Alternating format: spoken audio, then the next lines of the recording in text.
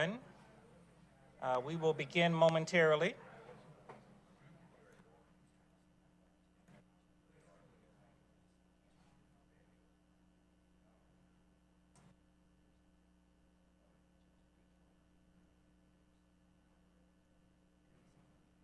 Okay, good.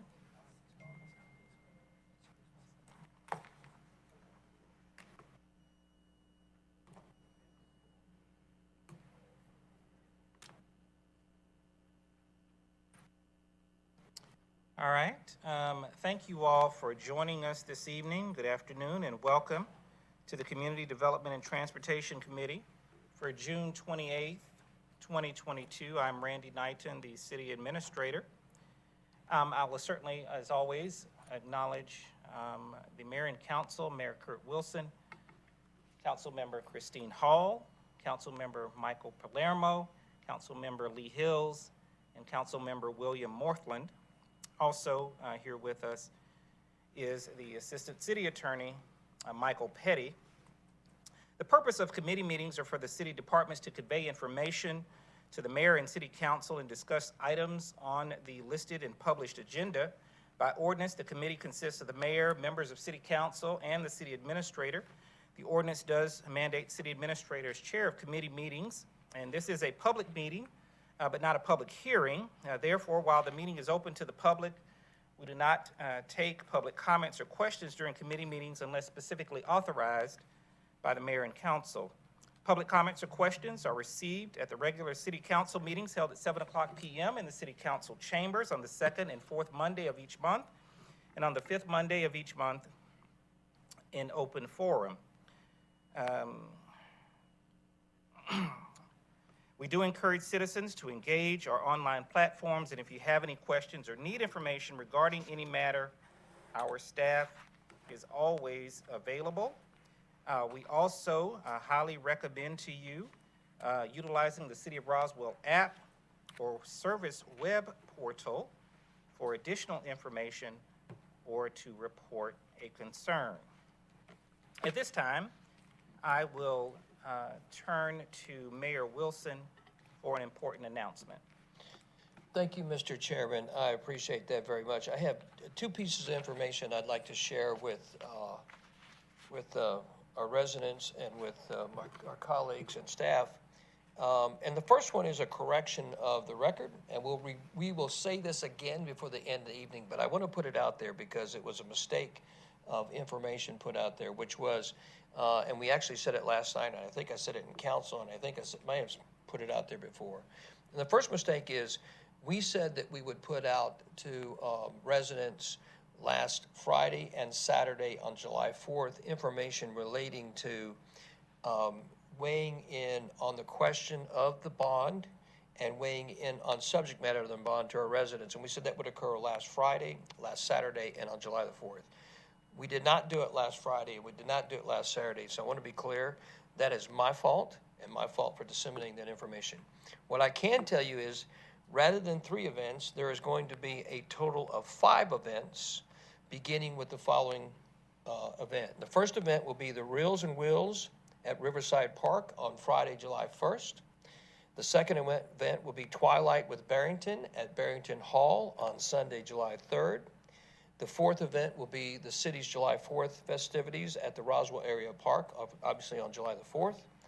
The fourth event will be Music on the Hill at Riverside Park on Friday, July the 8th. And the fifth event will be Cops and Cars here at Roswell City Hall on Sunday, July 10th. All 5 of those events, we as a city will be disseminating questionnaires to our residents on the question of bond and how to spend that bond, how that bond could potentially be spent, and for residents to weigh in. So there'll be 5 different locations, and we will mention it again tonight, I'm sure, before the evening's end, and would also be published on the website. So just for the record, want to make that clear. So we obviously want everybody to weigh in, and there'll be 5 very public activities for people to come that naturally people go to weigh in on. The second thing, I wanted to thank you, Randy, so much for giving me this opportunity. The second thing is today, obviously through both a video and through a statement, we myself as mayor and my colleagues as city council want to acknowledge for us a very solemn event. And I want to read the statement in reference to Councilman Marcelo Zapata. As mayor, I want to take this time to announce to our residents an update on Councilmember Marcelo Zapata. As you know, over the past several months, Councilmember Zapata has been granted a medical leave of absence by the mayor and council. During this time of challenge for him and his family, the city has exhibited great compassion and understanding to him as we would any resident of our great city. We have now received from him and his family a notice of resignation from his duties as a council member. The city will be forever grateful for his service as an elected member of the city council, and we will acknowledge his outstanding service to the city in a more formal fashion soon. We continue to keep Marcelo in our prayers and wish him health and prosperity in the future. As the city has respected his privacy during the past several months, we hope that everyone will respect his family's privacy in the near future. We call on all Roswell residents to exemplify the virtues of compassion, love, and concern we collectively share with one another. Myself as Mayor Kurt Wilson, and of course represented by the council. And Randy, with your permission, I obviously would submit to my council colleagues any additional comments they might want to make in reference to the statement if they would choose to make any at this time.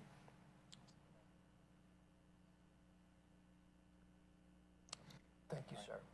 All right, thank you, Mayor, for that announcement. The first item on the published committee agenda is the approval of minutes for the May 24th, 2022 Community Development and Transportation Committee meeting. I'll entertain a motion of approval. Motion by Councilmember Hills. Second by Councilmember Morthland. Any further discussion? Seeing none, all in favor? Thank you so much. The next item is an item regarding the bond discussion. There was a discussion yesterday evening in work session, and as a result, there was a desire by Mayor and Council to have this item placed on this evening's committee meeting. So I will entertain a motion to add the bond discussion item to the agenda. Motion by Mayor Wilson, second by Councilmember Hills. Any further discussion? Seeing none, all in favor? Thank you very much. Passes unanimously. All right.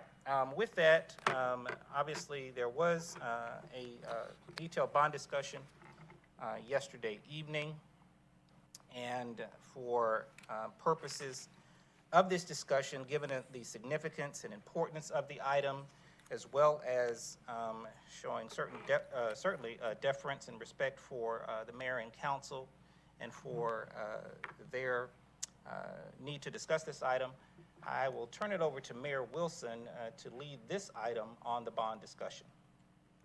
Thank you, Mr. Chairman.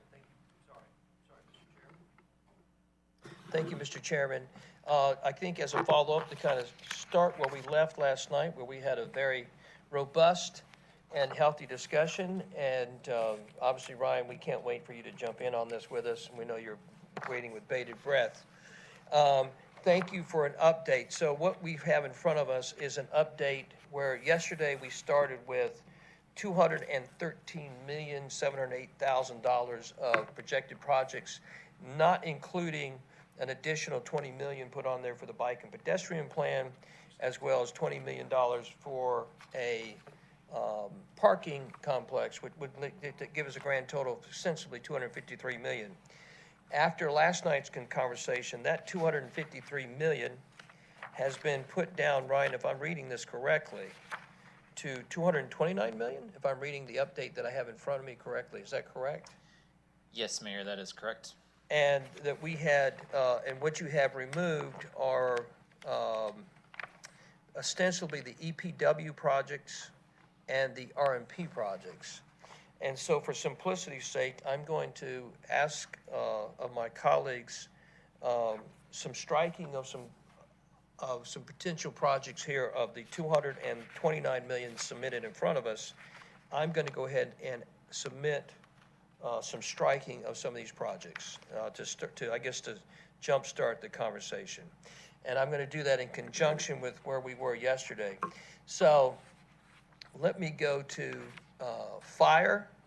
And you can see fire still has $35 million on it, $35,645,000 to be precise. And I'm going to follow up on yesterday's conversation and say that on the very first one, forgive me, let's see. Mayor, while we're looking, so I'm seeing in my document 29, I beg your pardon, Mike, thank you, you're exactly, $29,063,275 as per the original submission yesterday. I am going to submit that the very first project, Fire Station 21, be taken from 6.8815 to 3.6 million. I'm going to submit that Fire Station 22 replacement at 6.9, remain at 6.9. I'm going to submit that Fire Station 23 replacement at 4.532, remain at 4.532. You got all this too, aren't you, Ryan? You keeping up with this, sir? And then I am going to submit that Fire Station 27 submitted at 5.3 be currently put in at 0, and that the construction of new Fire Station 28 at 5.3 be at 0. So I believe that is a total of 15 million for the fire for the submission of the potential bond. That is the first area that I'm going to submit as a possible way of trying to follow up on yesterday. The second would be police. And on the police, I'm going to skip by the 6.25 million for new 911 for the first part and just say striking the $825,000 for the police command vehicle, striking the $3 million for the CAD system, striking the $3,070,000 for the indoor firing range, striking the $2.5 million for the building office retrofit, and then on the $20 million for the new public safety headquarters, actually making that a combined $25 million by adding the new 911 Emergency Communication Center along with the new public safety headquarters for a total of $25 million to be submitted on the bond underneath police. So new 911 Emergency Communication Center at 6.25 is really woven into the $20 million submission on new public safety headquarters for a grand total of $25 million rather than $26,250. Does that make sense? All right, that's fire and police. Taking us to the river master plan at 24/7. I think that is submitted in total as it is from the submissions that I would like to submit. On the park, I think we whittled that down successfully, if I'm looking here correctly, to 57.9. I think that is in conjunction with what we discussed last evening. And on this page, you have submitted the removals on the third page, which is the Lita Thompson Park, the Heart of Roswell Park, the Sweet Apple Park, Historic Homes, Town Square, and Sloan Street Park, all below $1.2 million. And that, I think, extensively takes care of that. So if I am correct, I have parks at 82.6, which includes, forgive me, make parks 57.9, just for the sake of clarity. Parks are at 57.9. The Roswell River Park Master Plan completion is 24/7. And I guess in conjunction, that is, forgive me, I don't see it here. You have that? That's the 82.6. 82.6, thank you very much. So parks, we're gonna call parks 82.6. Gonna call fire 15 million. Gonna call police 25 million.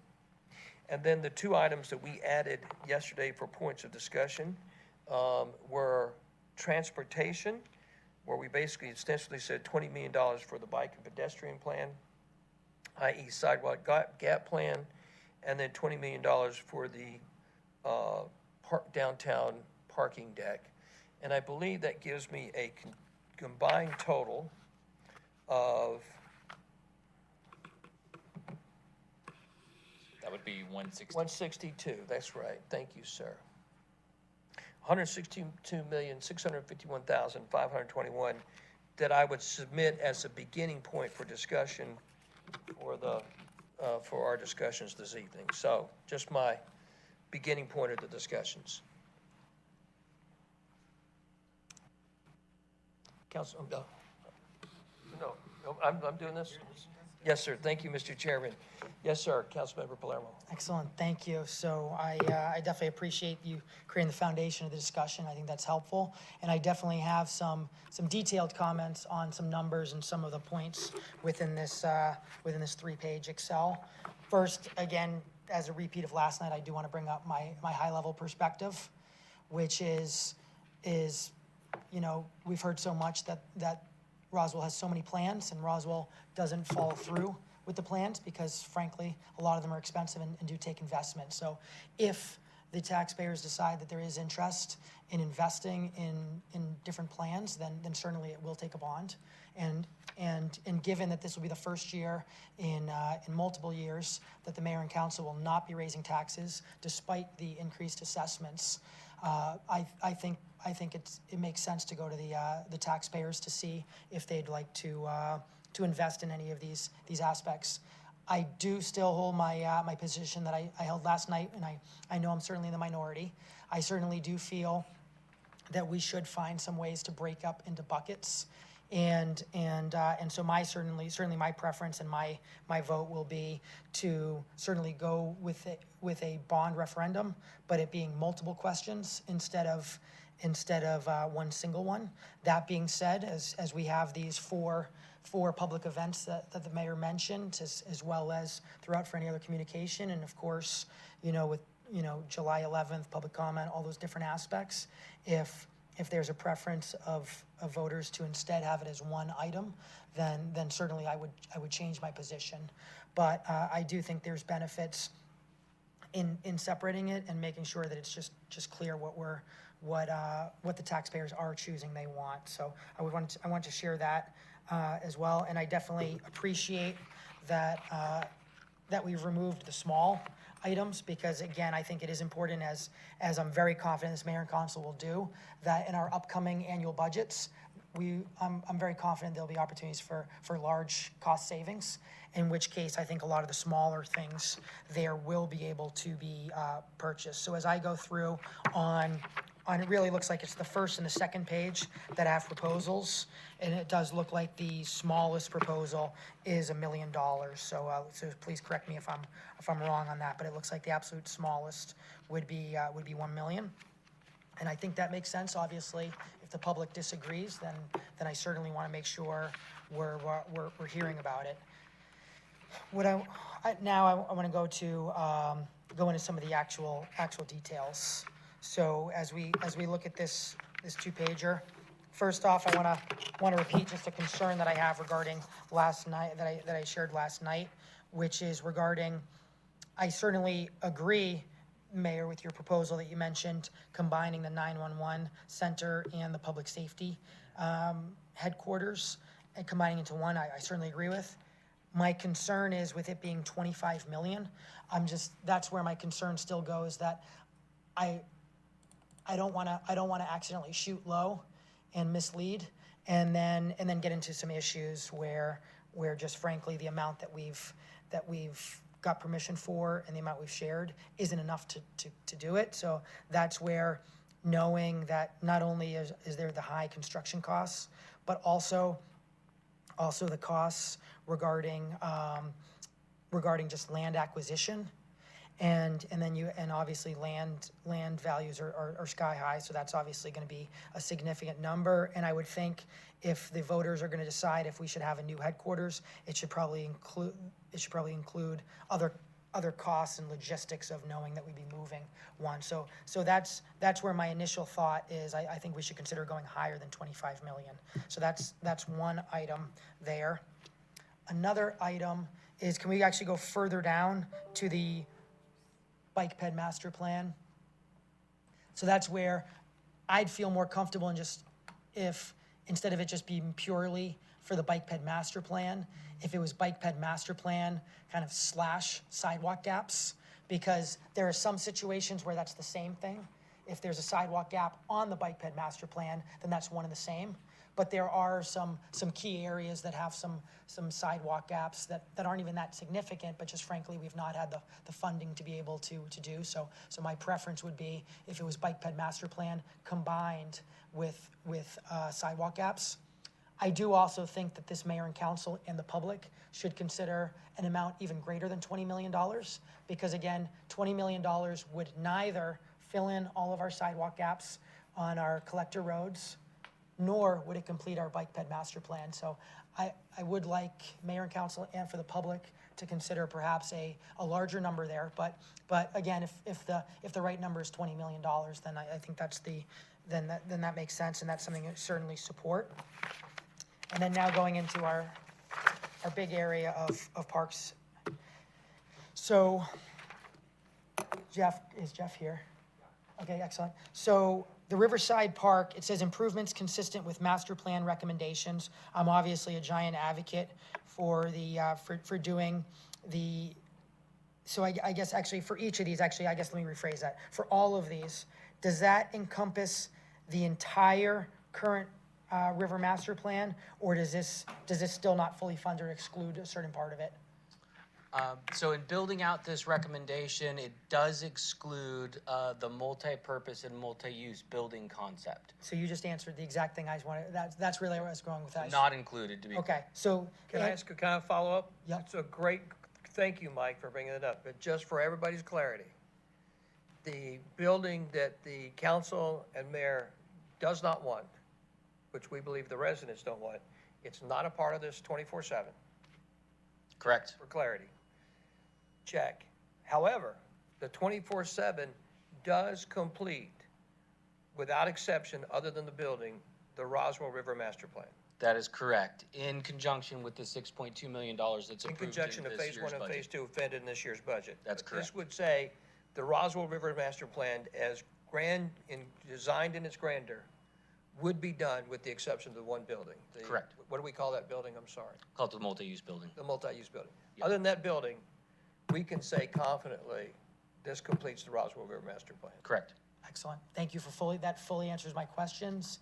And so I certainly feel that 24/7 should be a part of a request to taxpayers. And so now going through for my other parks comments. So I'll go to the bottom one first. So miscellaneous land acquisition. So, and obviously miscellaneous is important because obviously I feel we should not be saying where we want to buy because that certainly will affect the cost of the land, et cetera. But in general, no matter where it is, and I actually do not know where exactly this one envisioned is, but here's my concern.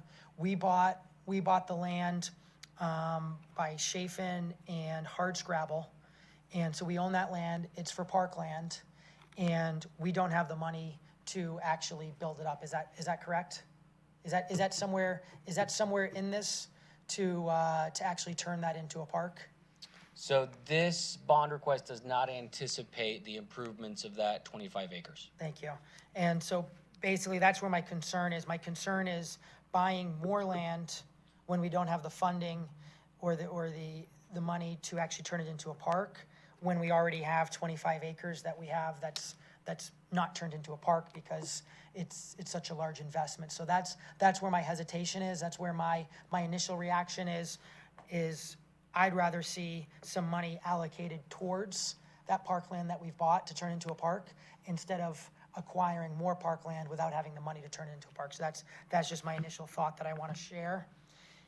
And then lastly, we have regarding, there's multiple situations where we're transitioning grass fields into turf fields. Certainly great advantages to turf fields. The two that obviously come to mind quickly for me are around drainage, so for when it rains, and maintenance. So obviously lower maintenance costs. So those are definitely benefits, and those could be reasons that our taxpayers decide they do want to make the change. I'd say from just a a quality of the experience, et cetera. I do remember in 2016 or so, 2016 or maybe 2017, there was certainly discussion from a number of residents on a preference with grass fields. By no means is that saying we shouldn't have turf fields. I feel we should certainly have turf fields, and we do have turf fields. And frankly, I feel actually some of our turf fields need to be improved, and because they have not been maintained properly. And that's something that I think that we should be funding. But there's the part of me that would rather reduce some of that funding there to not turn all those grass fields into turf fields. Not that it's not a justified request, but I just question, is it a priority, knowing there is still benefit to grass fields, and we do have turf fields that need to be completely redone. So those are the extent of my detailed comments initially with the first 2 pages of this Excel. Can I address the field question? Because I struggle with this one. I struggle with fields. So I think one is we have to, I hate to do this, I hate to be the bearer of bad news, but we are in a position today as a city where we have deferred ostensibly $75 million of maintenance cost.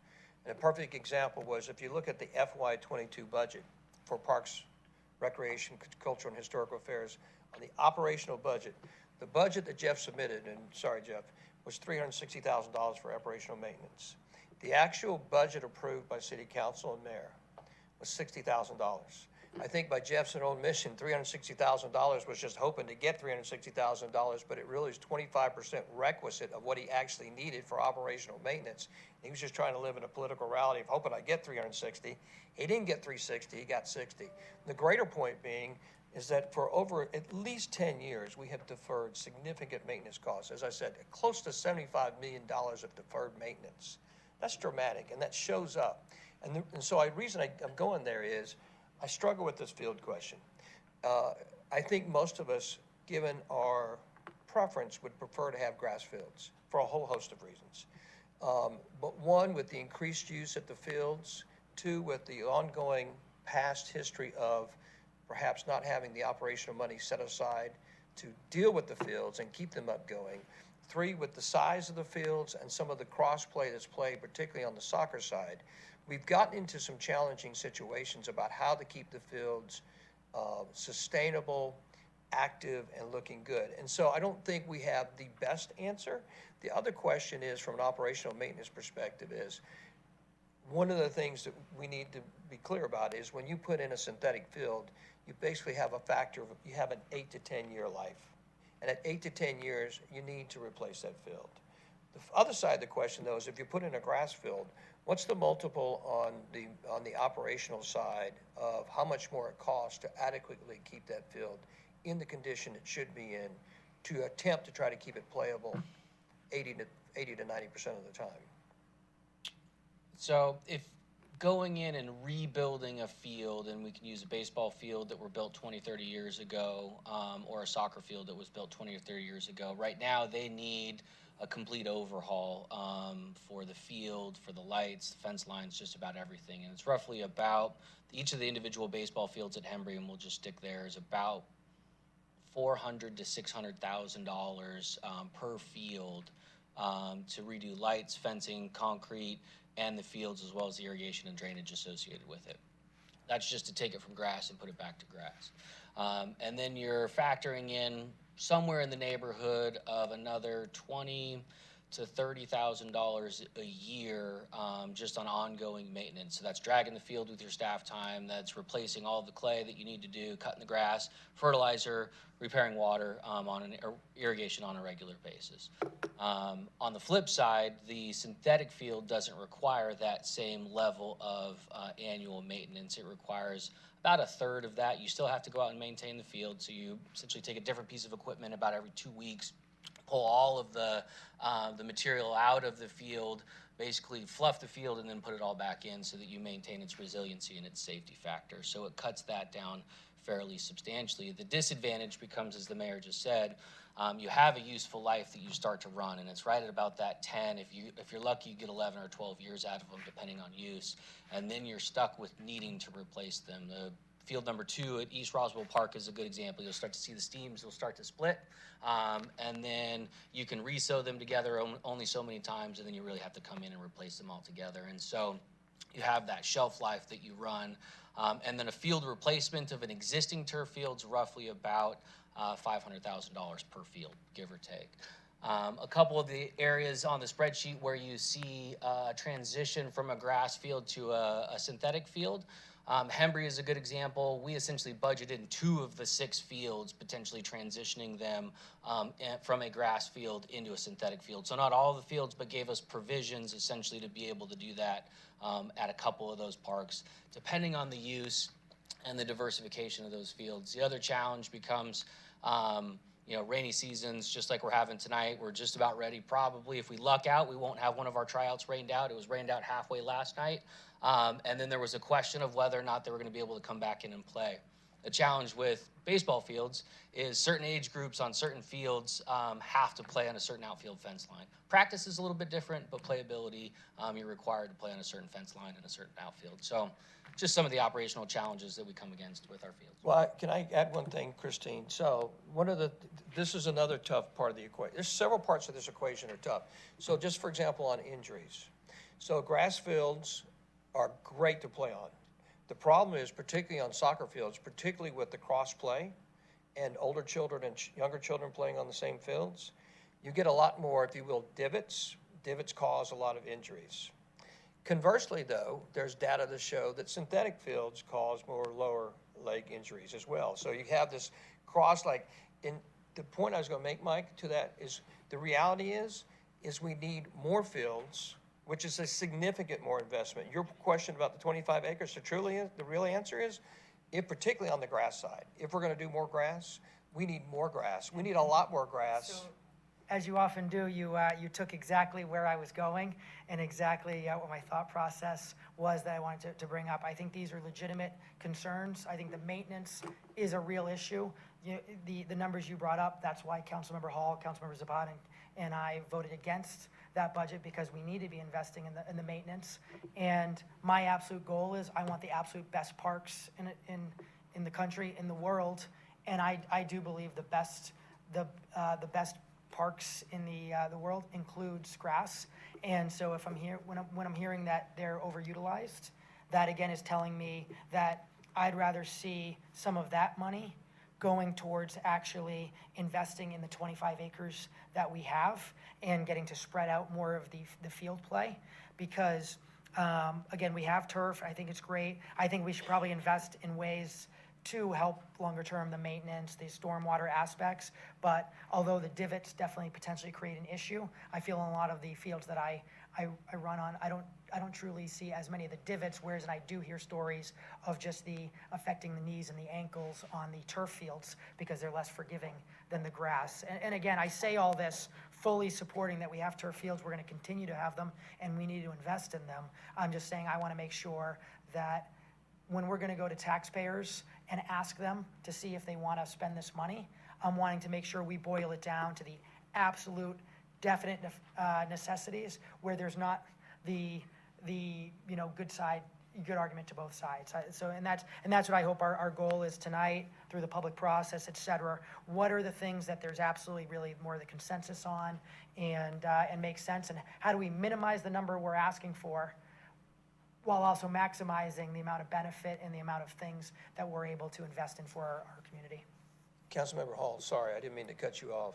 No, this is just a follow-up to the cost question. So when you talked 400 to 600,000 for the field, you also included fences, lighting, concrete.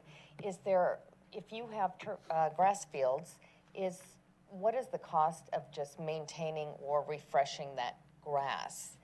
Or every time you refresh the grass, you have to do fences and everything else? No, ma'am. The issue with a lot of our parks right now, and just for sake of the argument or the conversation, it's probably best to stick with Hembry, is you're reaching at about that 25 to 30 year useful life of the fields and facilities. And so we've done a great job of going through and replacing the concrete light poles, but we haven't replaced any of the fixtures. And so we want to start the transition of LED fixtures because that is going to be the fixture that we'll need for the future of the next 25 years. We also have essentially run the useful life of the concrete that is out there in the sidewalks. And so there's a lot of cracking, a lot of separation, a lot of tree roots. That needs to be redone. The challenge at Hembry, and if you look at field 5 or field 6, you've got about a 3 to 4 foot elevation change from the left field pole to the right field pole, which means the whole field has started to settle in different ways. A lot of them were built in some cases by volunteer help, so they weren't graded at a level playing field when they were originally built. And we just have different standards in how we would go back and rebuild those fields. With the type of grade separation that we have, the dugouts are going to change. So with the dugout changing, that transitions into the concrete. So you essentially have to go in and rebuild the vast majority of those fields. At Hembry in particular, East Roswell is a little bit similar, and some of the other locations. So this, when you start to look at the numbers associated with some of our large athletic facilities, this is really about a 30-year investment to refresh and make those parks as close to brand new as we possibly can, based on the existing property acquisition and some of our fixed points of park development, like the parking lots and the buildings that are there. So that part of it would be is the $500,000 to $600,000 price point.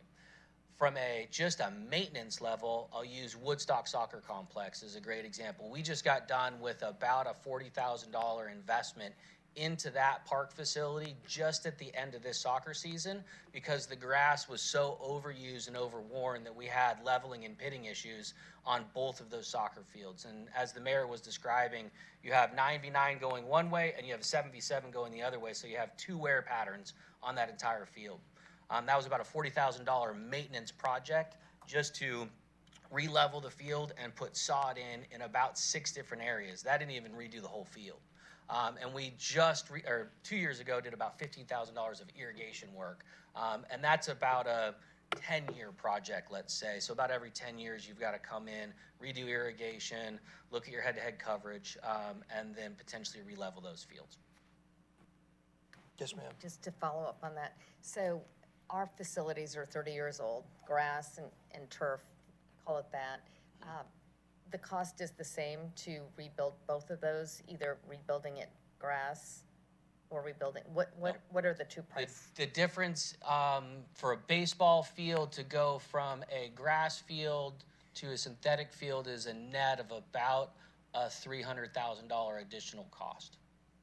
So going grass to grass and turf to turf, what is the price of grass to grass? $600,000 and about $1 million for a field, Baseball, for a baseball field, for baseball. give or take, depending on the size. So redoing the turf to turf, all new, $1 million, grass to grass, all new, 600,000. Grass to grass is of 600,000. Correct. Grass to turf's Grass $1 to million. turf's $1 million. And turf to turf, we have some turf fields that you Turf want to to. turf is about 500,000 Turf to turf is 500. because you've And already that's- built the substructure of the field. So all you've got to do is come and And that replace the includes the carpet. fences and the light poles and all of that to keep apples to No, apples. that's just the carpet. Okay, so if you were redoing the turf field that was dated to another turf field, it'd be about $1 million. A little bit less, but bit about $1 million, yes. Okay, thank you. Can you, just to follow up on Christine's question, and so, since that's nice, those are big whole numbers, which makes sense, grass to grass on a baseball field, and we need to talk soccer field as well. Grass to grass on baseball field, $600,000 investment, grass to turf, $1 million. However, shelf life and operational cost per year, which needs to be a part of that equation. So, the grass turf is gonna run me operationally, and let's say, would you say, like, ideally, what we really need to be spending, not what we have been spending? For a grass field, Yes. about $30,000 a year. So $30K a year on a baseball field, Yes, different than a soccer field. correct. I can keep pristine operational standards on a grass field. What about on the turf field? Turf field's about 10. And on that grass field, does that mean I have new slope, new drainage? Is that a new drainage field? When you rebuild it completely, yes. So that one part of the equation, sorry to add this to you, but you're being a financial expert would want to know these pieces. So there's another part of this equation, which is use, right? So, for example, you just mentioned it. There are many times, particularly on a soccer field, where you're out of commission for 2 days, sometimes 3 days, because of the lack of drainage Correct. on a grass field, Correct. but not on a turf field. Correct. So it affects the usage, affects the scheduling, affects the backup of the play of the children, the kids. So it's another part of the equation. That's correct. Shelf life on the grass field, on the baseball is what? You call it 25 years or 30? Yeah, you've got to, just like your roof, or your house, you're going to want to do some smaller investments about every decade. And then about every 30 years, you're going to need to come back in and rebuild those fields. So that's not bad, 30 years. So you're basically saying it's $20,000 a year that you're going to set aside, roughly, not in real terms, cost of money, but call it $20,000 a year to replace that in 30 years. Right. But the turf field, I said 8 to 10. You're going to give it a little more life than that. You're calling it 10 to 12? Because I know some of the manufacturers are quoting 15 years, right? Some of them will quote 15 years. I think the interesting metric is you can get about an 8, sometimes 9 years on the warranty. And so, warranty is always a good measure of, how much does a manufacturer really think the field is going to last, where they're willing to warranty it and they'll come back in and do repairs. Then usually you're going to get maybe another 2 years after that. If you're lucky, maybe another 3, just depending on how much you're playing, how you're maintaining it, and what types of sports you're playing on it as well. Are you using it as a combination field, meaning you're playing lacrosse and football and soccer potentially all on the same field, so it's going multiple sports with a lot of impact, or you've got dragging goals on it. There's a variety of things that will happen to those fields that will cause some wear and tear. So if it costs $400,000 more to put in a turf field, Yep. Although it's $20,000 less to maintain it per year, Correct. but I have ostensibly a 15-year shorter shelf life. Correct. Other than it being new, shinier, and prettier, perhaps, why would I put one in?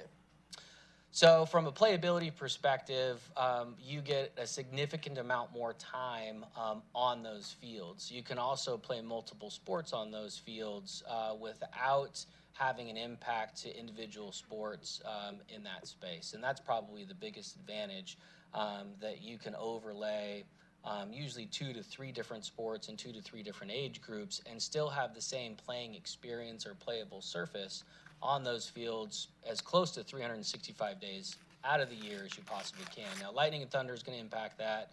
Weather is going to impact that a little bit.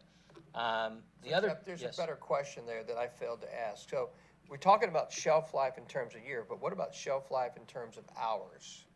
Is there an equation there of actual usable hours? Because you just mentioned, hey, I get a lot more usability. Yeah, I mean, you're essentially open. The synthetic fields are going to be open all hours that the park and facility is open with very little shutdown time. We can work our maintenance routines around the playable time that you get on those fields and facilities. And that's the biggest advantage. And then you're also using them with multiple sports on multiple seasons. So you can even use, if you're transitioning a baseball field into a synthetic field, it doesn't prevent you from using those for lacrosse fields and even other sports. I'll use our lacrosse tournament that we have for Mother's Day weekend. We use the vast majority of the baseball fields, the soccer fields, and the football fields out at Roswell Area Park for that. But it causes us to have to shut those fields down for 2 weeks to prep for the lacrosse tournament. Meaning we've got to get out, we've got to recut those fields, we've got to prepare them and then line them and stripe them and then keep people off of them so that we don't create hazards. If they were all synthetic fields, you would leave those fields open and available up until the day of the tournament to the community to use, and you wouldn't have to shut them down. So you have that community benefit on the synthetic field that you wouldn't normally have on the grass field, and create some of that type of flexibility. And when we talk about youth sports, on age groups, there's only a certain amount of Saturdays that they have. They've got 52 out of the weekend, or 52 out of the year. A lot of those are shut down then from holidays and other activities that they may be doing. And so if you rain out due to heavy rains on a weekend and can't play on those fields, you're taking one of those Saturdays away from the kids being able to go out and play or practice on the weekdays as well. And so that's some of the factor. I 100% agree with trying to find the right balance of the grass fields and building them well so that they drain and get as much playable hours as you can. But then also finding the balance of how many field spaces do we actually have and what's that limitation as our community continues to grow. You know, soccer is a great example. Just one of the numbers that I have off the top of my head, in the last 10 years, we've grown 1,000 participants. So when you look at 10 years ago, the soccer numbers to what we have this year, there's 1,000 more kids that are playing than we had 10 years ago. And so that just goes to show not only the growth of the sport, but also the impact in the fields, because we haven't really added more fields in the last decade. We've just compacted 1,000 more kids playing that sport onto different fields that we have available. And that's where you're getting some of our complaints and wears and tears that's driving a lot of this conversation of how do you tackle that problem. Yes, ma'am. I'll go quick. Just to follow up on that. So if we had more turf fields, would that increase, or is there any economic benefit to being able to host more tournaments, and are tournaments profitable for the city? That's a great question. The answer for hosting more tournaments is yes. Because what tournament organizers are looking for is they're looking for the guarantee. It's almost like you're planning a wedding. Is when you have 100 teams that are going to show up on a weekend, you want to minimize the potential for that event to get rained out. The biggest way to minimize that potential is to be playing on synthetic fields. And it doesn't really matter the sport, whether it's a lacrosse tournament or a baseball tournament, that general philosophy holds true, because really the only thing that's going to rain them out is going to be a thunder and lightning issue. And even that, you can wait 30, 45 minutes for a storm to pass and then get back out and play without having a de minimis impact on the field of play itself. On the flip side, you know, there's a variety of evaluations that that the economic kind of measures. So if you're bringing teams in from outside of the region and they have to drive hotel stays, then there's definitely an economic impact if you can get them to stay in your hotels that you have here in the community, eat at the restaurants. And so we start to see that. But that really drives at a beyond regional tournament where you're showcasing South Carolina, Florida, Texas, Tennessee, and they're going to stay the weekend, and you drive those hotel rooms. We're starting to see that product come online within the city of Roswell that we can sell. And so that's also helpful in combination with our Visit Roswell and Convention and Tourism Bureau. So there is that economic factor.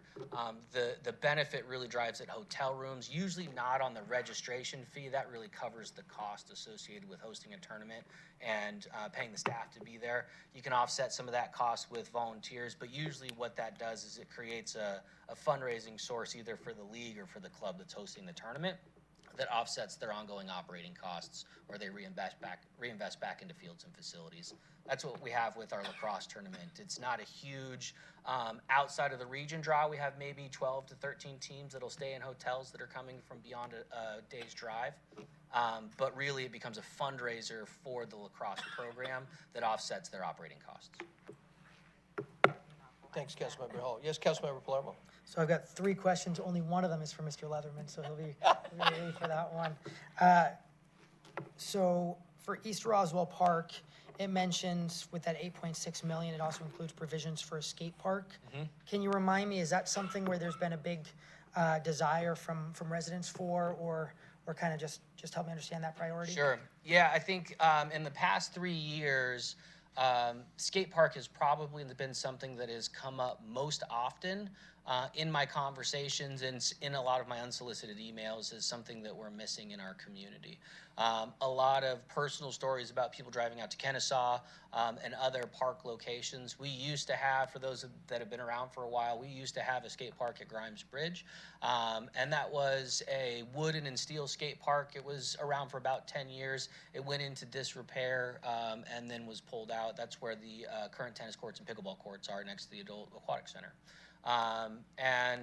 And what I would say we've seen is just a resurgence of that conversation where you have local community members that have kids and adults that are generational skaters that are looking for that kind of activity in our community. We've identified kind of a tentative location at the East Roswell Park facility.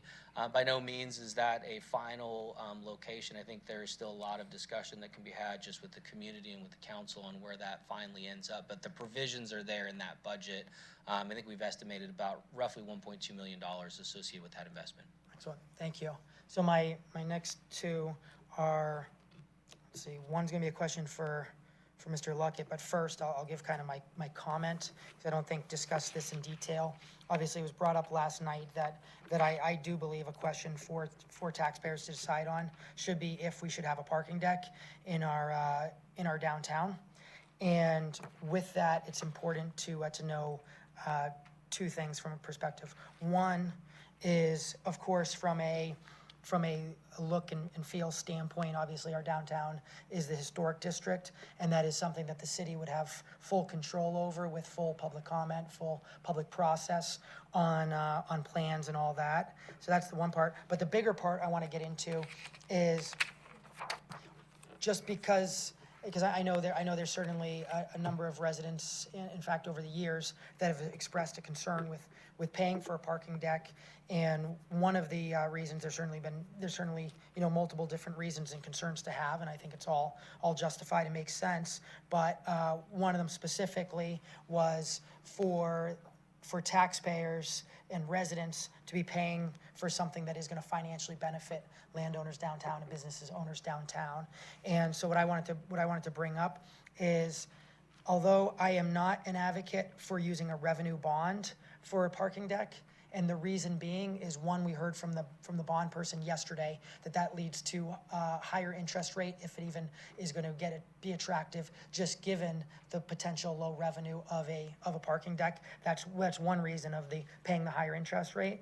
But number two, I also want to make sure it's something that if this mayor and council decides to move forward with that and taxpayers decide to vote for that, then that is something where I do want to make sure there is the full city control over a city asset and things like that, to make sure there's accountability for the taxpayer. But also, just because a parking deck is decided upon, that does not mean it has to be free parking for anything or everyone. That's a decision that a mayor and council could make, and that's a decision, obviously, that there'd be public input for. And specifically as examples, Alpharetta, for their parking deck, some of their parking decks that they own, they actually charge the businesses when they don't meet the parking requirement. And so it turns into something where businesses are picking up a piece of the cost, even if they didn't pick up a piece, even if they weren't in existence as a business when the parking deck was built. And that's something where in Roswell we have incredible opportunity for that, because we have many different properties that go for very, very high rents, that the landlords certainly have as very profitable assets. And a part of that is the fact that in 2014 the city took away, basically eliminated the parking requirement for the older buildings. And so that's certainly a strain on a number of businesses, definitely creates a number of challenges. So I just wanted to bring up that there certainly would be opportunities, if mayor and council chose, where there could be revenue opportunities for the parking deck. But I just wanted to stress that although I certainly am supportive and think it makes sense to look for revenue opportunities, I do think it makes more sense for it to not be a revenue bond, and to make it be, if we want to give voters that choice, that it be part of this. So I wanted to bring up that regarding the parking deck. And then last, Can I ask you a question, just for a point of information? Would it matter, and I don't have a position on this, it's purely a question. If, for example, on Canton Street, where it suggests that 85% of the visitors are outside the zip code 30075 and 30076, and if in fact those are the people that are paying the parking deck, the parking fees, would that impact your perspective on this or not? Like, in other words, the overwhelming majority of people paying the parking, besides the businesses, would be visitors. And obviously, you do want to disincentivize that, but you also want to retain some kind of revenue stream. Would you be opposed to that or for that? would I be opposed to what or for what? For charging parking fees? I think it'd be important to look for revenue opportunities. Yeah. And so whether that's handled through the individual car parking in there, or businesses or whatnot, I think, or both, I think it is, because, yeah, you certainly have validation and different opportunities, but I think there's certainly the way that revenue could offset the costs of a deck, because I think that is important consideration. So I don't want, that's where I just, if this mayor and council does decide that a parking deck would be included in a bond referendum, I think it's important that I certainly want to share the position that does not mean that residents should assume, if they're voting for it, it assumes that they're just 100% paying for a parking deck that non-Roswell residents would be using for free, as well as businesses profiting off Well, of. and the other point is why would you potentially do a parking deck? Is it to make things easier, or is it to facilitate more traffic, more business? I.e., if you put in a parking deck, the reason you would be doing that is to facilitate more revenue to the businesses that are there, right? More income, more sales tax, et cetera, et cetera. That's the only reason to do it. If it's just simply hey, we need it because we're uncomfortable, logically, that's probably not the most compelling reason to ask taxpayers to spend their own money. But if you're doing it from the standpoint is that it's really going to drive revenue, it's going to drive revenue to the businesses, it's going to drive revenue to the city, it's going to allow more reinvestment, et cetera, that makes a logical case. And the case is ongoing, how do you pay for it, not only just the beginning. So I think, one of the questions, a lot of times people say, well, that's what we want. But I think you have to frame the question, why do you want it? What's the benefit of that? What's the real financial benefit of it? And part of that is to say, this is going to benefit the historic downtown district, right? It's going to accelerate the amount of people that visit it, whether they're Roswell residents or non-Roswell residents. Yeah, I think great points, and again, important discussion that we're having. So now, and with the intelligent comments that you have, I have another question for you related to the fire station on your proposal, but I did promise Mr. Luckett a question. And so here's my question on, and this probably would have been a good question for the bond people last night, but let's just pretend, just for the sake of argument, everything on the first page is the total bond, and everything got completed and for the exact amount said. And then, for whatever reason, the two final ones that weren't completed yet and not started yet were, and I'm not saying that should happen, nor should that be the order or anything like that, but I'm picking on Azalea Park and Don White Memorial Park purely because they have similar numbers. So we have Azalea Park for $6.5 million. We have Don White Memorial Park for $5.6 million. And then, hypothetically, we end up determining that each of those would cost $10 million. So we now no longer have the money or the opportunity to complete both. And one gets, I'm assuming one would probably get completed for the $10 million, because you'd have, I'm actually having trouble with my eyes right now, so you're gonna have a little over 12 million and total. You have 10, so 10 million, you complete one. Are there any legal issues where, wait a minute, the voters, they went for this, it said all these different aspects, which is an issue, and potentially you have somebody voting, let's just say Azalea Park doesn't make the cut, Don White Memorial Park gets cut, and you have some voters saying, hey, I was voting for this because of Azalea Park, but we don't have the money to do that. How does that work from a legal standpoint if one of them does become more expensive, or just if for any different reason, if something does not get built as it would say it's being built? So my understanding from our bond counsel is that we are held to what is in the ballot question. So if the ballot question mentions public safety parks, roads, and facilities, things like that, for this dollar amount, the council has some flexibility in moving funds between those, and it sort of is also in conjunction with whatever public education comes to necessarily are forced to complete a project just because it was, if circumstances change. Okay. So. Mike, can I follow up on that? Please. Because it's a great question. And I would suggest, kind of like the 100-day plan, but even more on steroids, that if we submit a bond to our fellow residents, and if our fellow residents pass that bond, there'll be big general descriptions, but the projects will be submitted, I think, in the background. And I think if it were to be passed, I think part of the accountability that this council and mayor should have are those projects. To answer your question, like legally, you don't have, you can move the money, but I think to your point, we need to be accountable, transparent, very, like, here's the project. we said we're gonna do the Woodstock Soccer Complex for $3 million. I think it goes up on the board.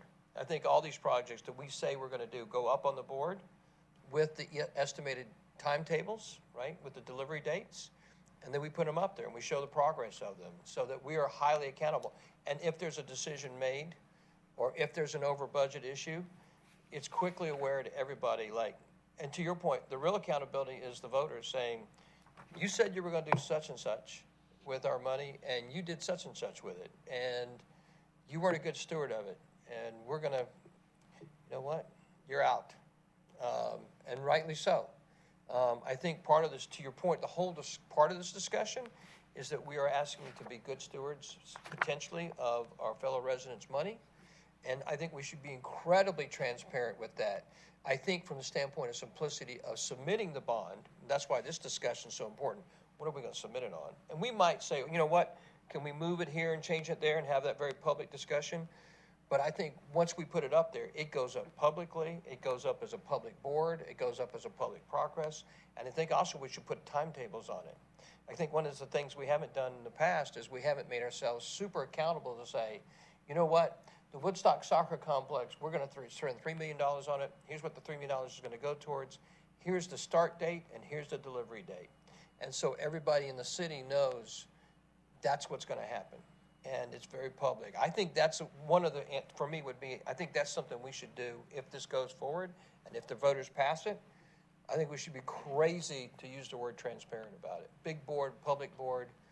And as you bring that up, I guess, and that gives me a question I have to ask, regarding T-Splost, related to T-Splost 2.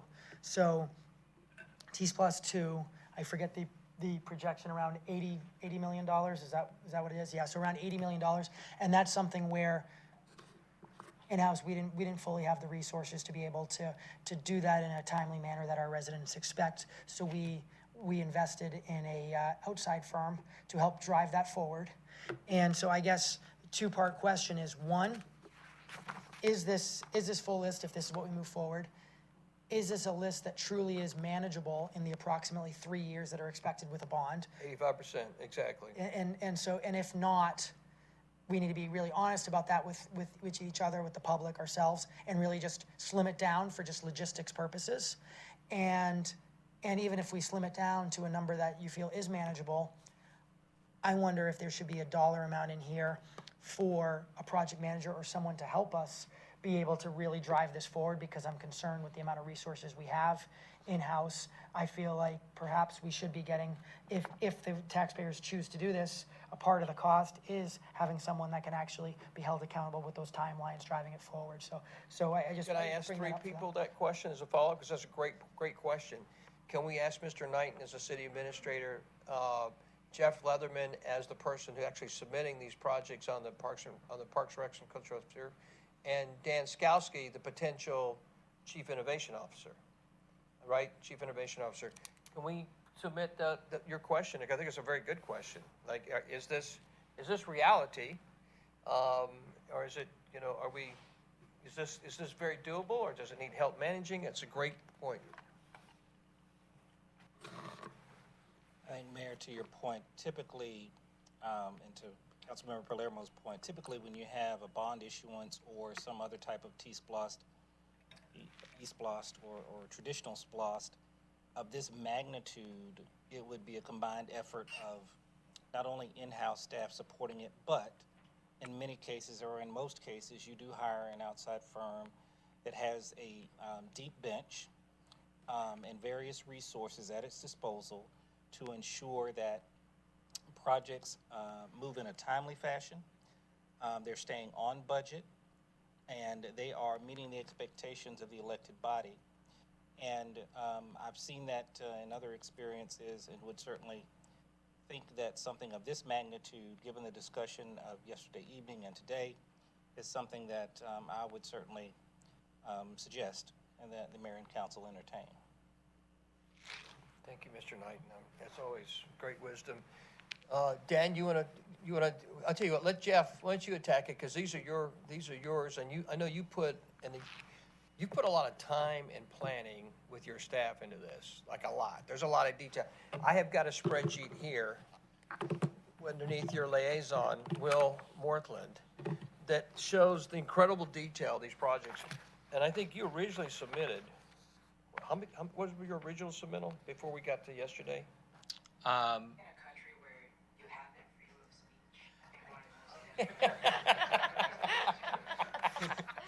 In exercising that freedom of speech, I'd have to go back and look. We were right in the $120 million range, and then I think we brought it down to 90, and we've been just working on it. And this is just for Rex and Parks, by the way. Yeah, the original submittal was at least $120 million, which was all legit too, by the way. Yeah, we had a combination of, new facilities, investment in existing facilities like you see here. To Mr. Knighton's point in answering the question, I think the activation of these types of programs, and similar to what you're discussing on the T-SPLOS 2 conversation, is that program manager that can really start to help balance all of the programs across multiple departments. And that's the other challenge as well in a bond like this, is that you've got multiple departments that are potentially going to drive at different project schedules, and making sure that they're balanced appropriately for the city. And then the financing component, which I can't even touch on, Ryan can speak to that, of just, issuance of bonds and then keeping up with the financing piece of it is also part of that whole global picture. And then to Mr. Knighton's point, the project delivery and making sure that we're accountable to the projects, the delivery schedule, and that has a bench deep enough to support the departments collectively as we move forward. Dan, you're going to be Chief Innovation Officer, right? You're going to be the Chief Innovation Officer for the city, the brand new department, making things happen, bringing new out-of-the-box kind of solutions to our city. What are your thoughts on this? I would just second your suggestion to involve some outside help and resources. That's why we have a T-SPLOS program manager that you'll be meeting later this evening, and I support pretty much everything Mr. Knighton said. So I think that it'd be a wise investment for the city. Well, Councilmember Palermo deserves credit for that thought, not me. So, Mike, it's an excellent thought. Is that an area that you believe we should commit to in terms of this? That's right. So I don't think we need to commit to the amount, but I think we'd ask staff that they bring back, and one of two things would have to happen: either just an additional amount added to that total, or additional amount added to 3 different totals, depending on which way this mayor and council goes. But finding out what that cost is, and either reducing something or adding it on, and ultimately the taxpayers decide. But I think we should be transparent that we make it clear it is going to take some project management costs. And so thank you for answering that question, and I do ask that you all consider having that be a additional part of either 1 or 3 to 4 bond questions.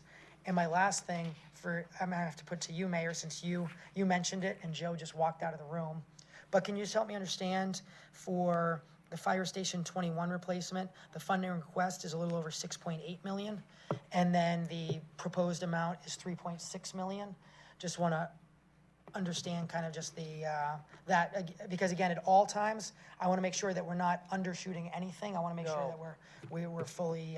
No, Mike, it's a great question. And I think, so 22 and 23 are going to be, well, 23 is easy. It's the easiest of the 3 to Right. talk about, the 4.53.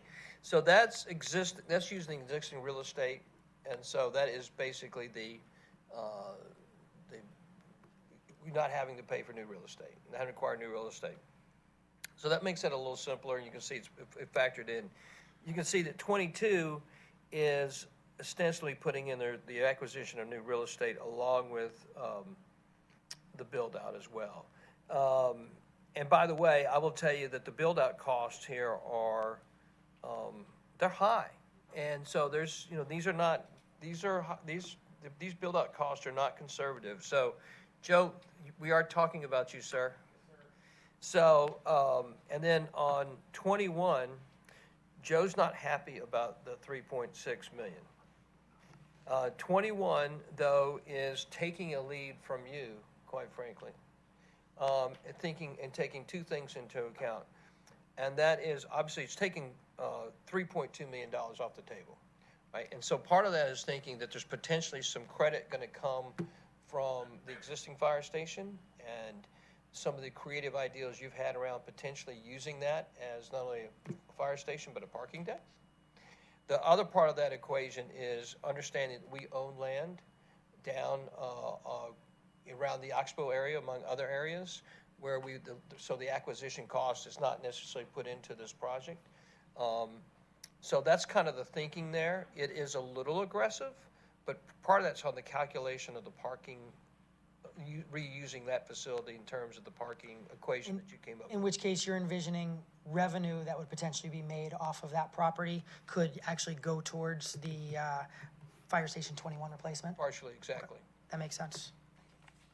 It's a little aggressive, I will grant you, but Joe's his numbers are, when you go through and look at his numbers on the replacements, Joe is probably the most, if you will, he is taking in full account of potential cost to build a fire station. We will get it done for these numbers. So I'm probably a little tough on him, to be quite frank with you. You could be critical of me on the Fire Station 21 replacement number. I'm a little aggressive on that. Because that's where, again, I just don't want to risk undershooting anything. That's where I mentioned potential of wanting to increase the new public safety headquarters just based on land acquisition and things like that. And even with this one, and again, if the mayor and council and the public were to decide that we're gonna have, I think I had said fire station, parking lot, and sidewalks, then if we overshoot, the excess could go towards sidewalks. So just making that plug for you all and the most important people, which will be the public, that we'll certainly hear from between now and July 11th.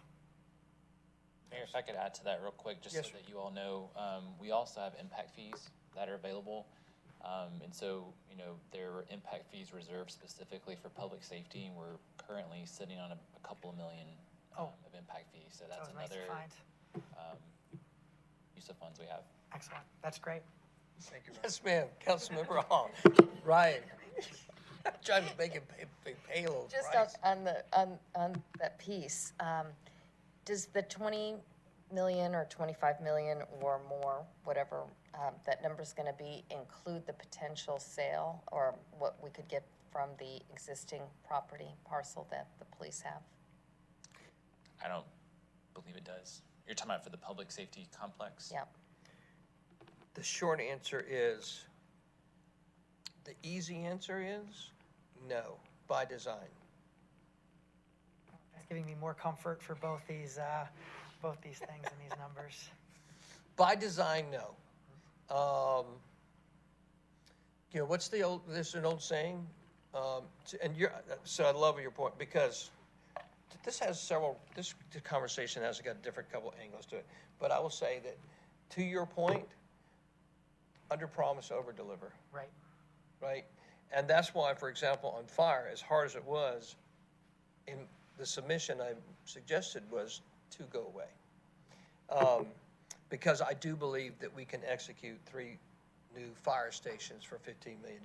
Will it be easy? No, but I do believe we can do that. I believe we can deliver that to our residents. And basically, it's replacements, but there's 3 new fire stations is what you're talking about. Okay.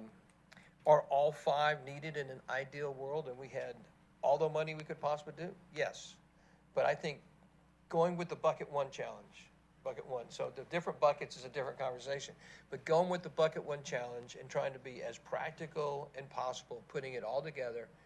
And let me go ahead and sell where I think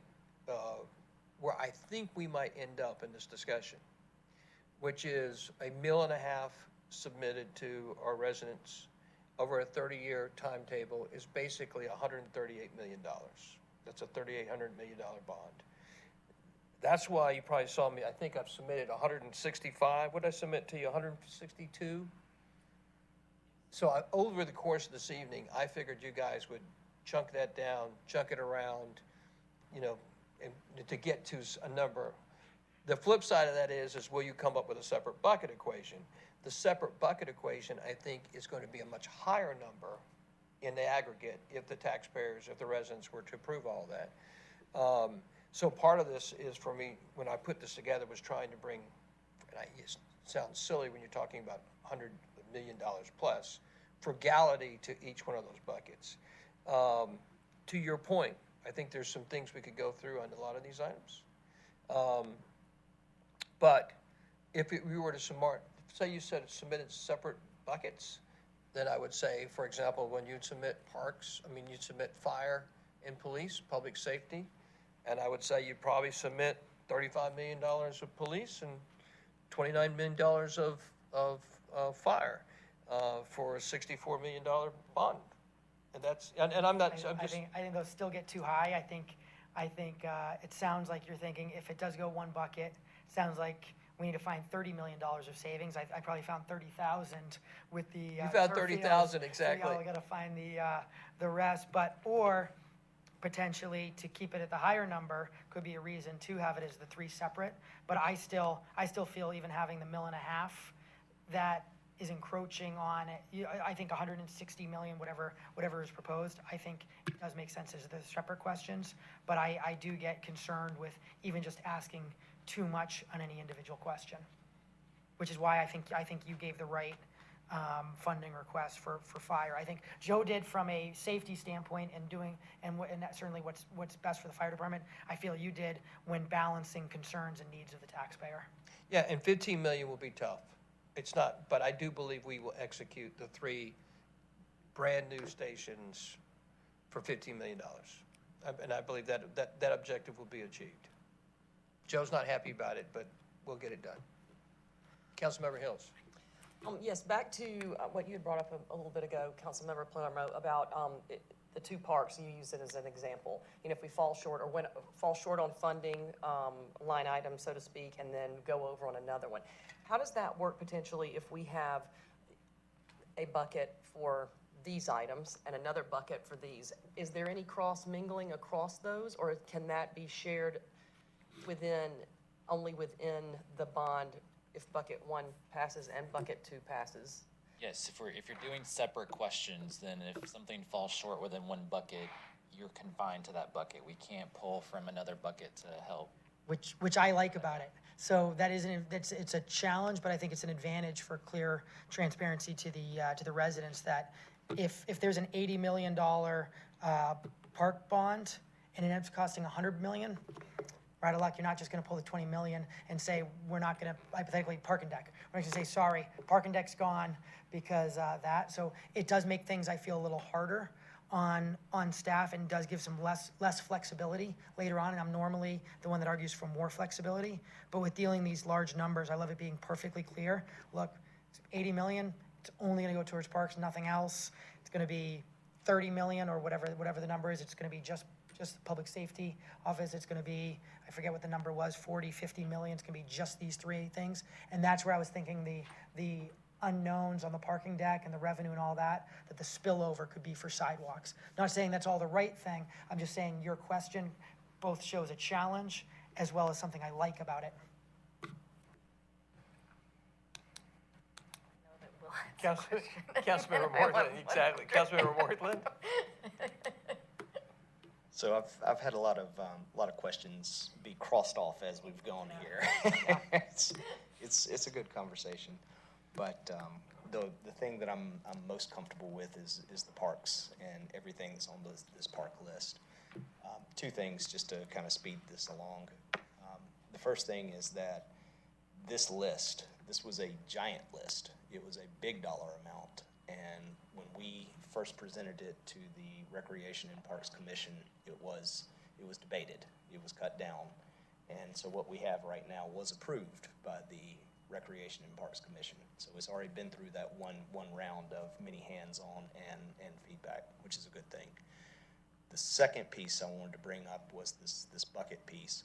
If we are to do the buckets, what are we really putting in the buckets? Are we going to have parks as their own? Are we going to have public safety as their own? And then, what is the feedback there? I think that's really what the underlying question would be.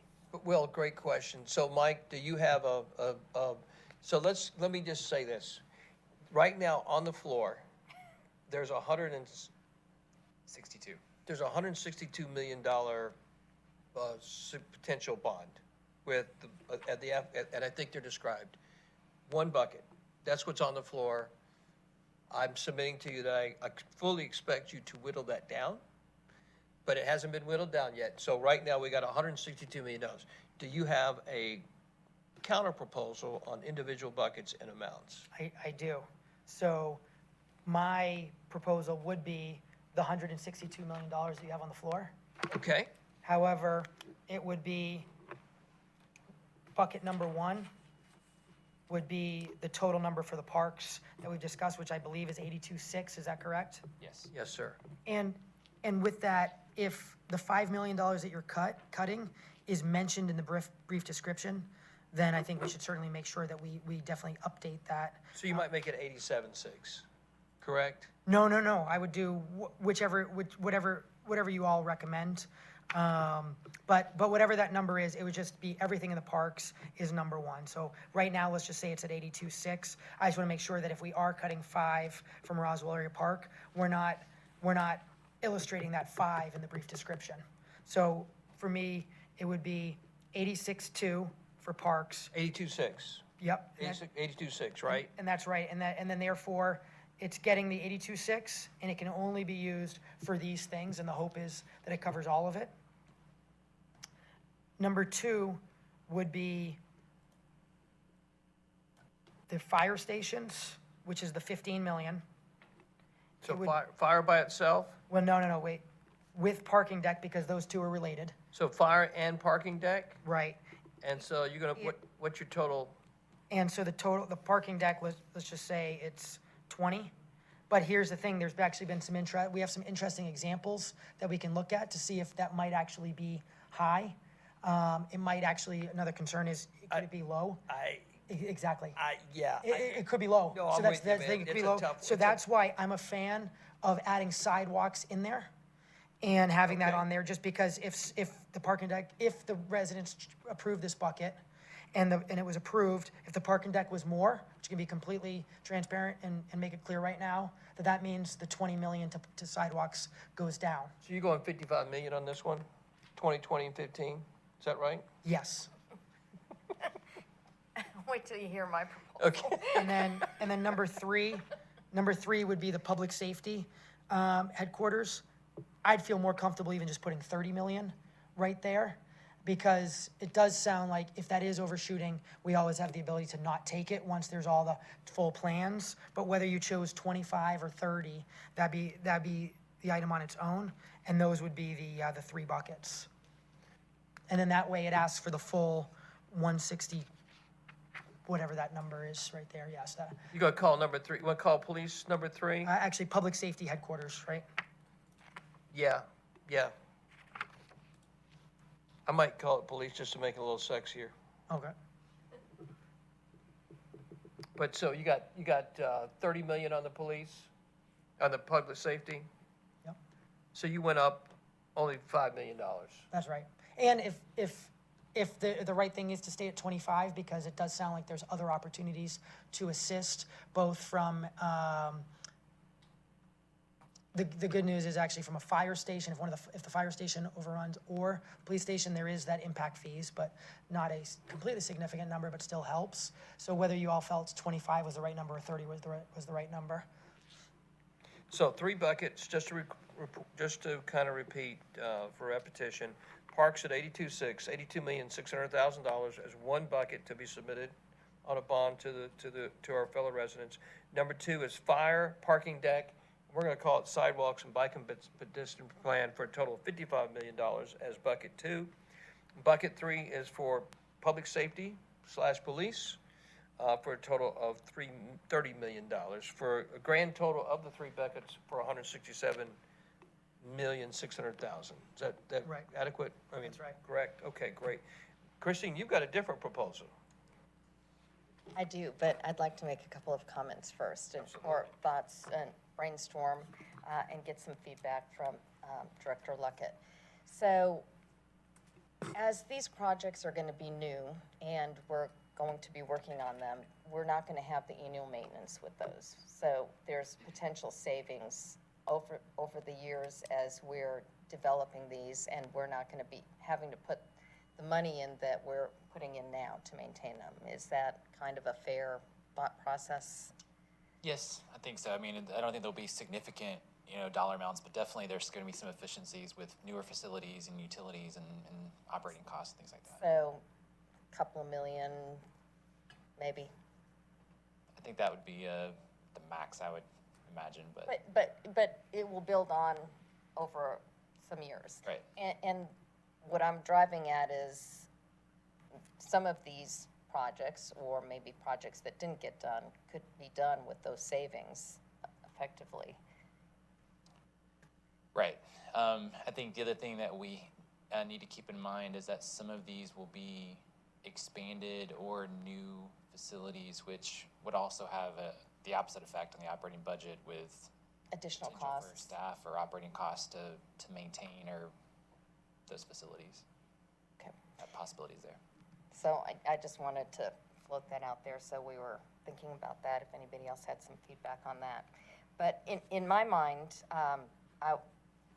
I'm into the bucket category. I was into the one. You're moving a little bit, okay. I'm moving around. And I tell you, just feedback from residents today, that just to give folks the opportunity to make their choices, where not everybody would agree. And my proposal would be to combine parks and the bike ped master plan, to put those two, because I look at those as trails, connectivity, kind of equate that with parks. So my proposal would be to back the 82.6, and the 5 million we were backing out of there would make it 77.6 plus 20 for the bike ped master plan, makes it 97.6 for parks and bike ped master plan. Clarification, the 82.6 already did include the 5 million that was backed out. Oh, it Because did. otherwise it would have been 87.6. Darn, that's gonna screw my numbers up a little bit. You want to Okay. just round it out and make it 80 million plus 20 million, make it a smooth 100? We'll have to figure this out. I found, like, Michael's already got 1.2 potentially to cut off, for example, in parks.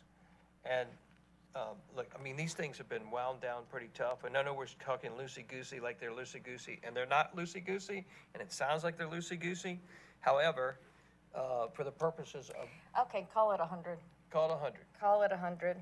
And, So I'm gonna put 80 on parks and 20 on bike Yep. and pedestrian. call it 100, and then safety, 40 for safety, or make it 37 for safety. We got our 137. So and safety, we're gonna call it public safety, public safety. and you're gonna, what are we gonna do, what's fire? Fire is 15, 15? and police is, all the difference, 37, 22. 22 on police? So you're going 37 total? Yep, 137, and then have the deck be by itself. So safety number 2, and you got a total of 37 million? Can I give a comment? Uh-huh. So I certainly like in, Can I just, sorry, Mike, not to interrupt. So the third bucket is just a parking deck by itself. Is it a smooth, straight up 20? so the problem is, I think it has to greatly increase then, Okay. because there'd have to be land acquisition. And that's where there's not a whole 30 lot of or interest 35. in, I'm gonna give you in companies that 35. sell. 35, Yeah. thank you.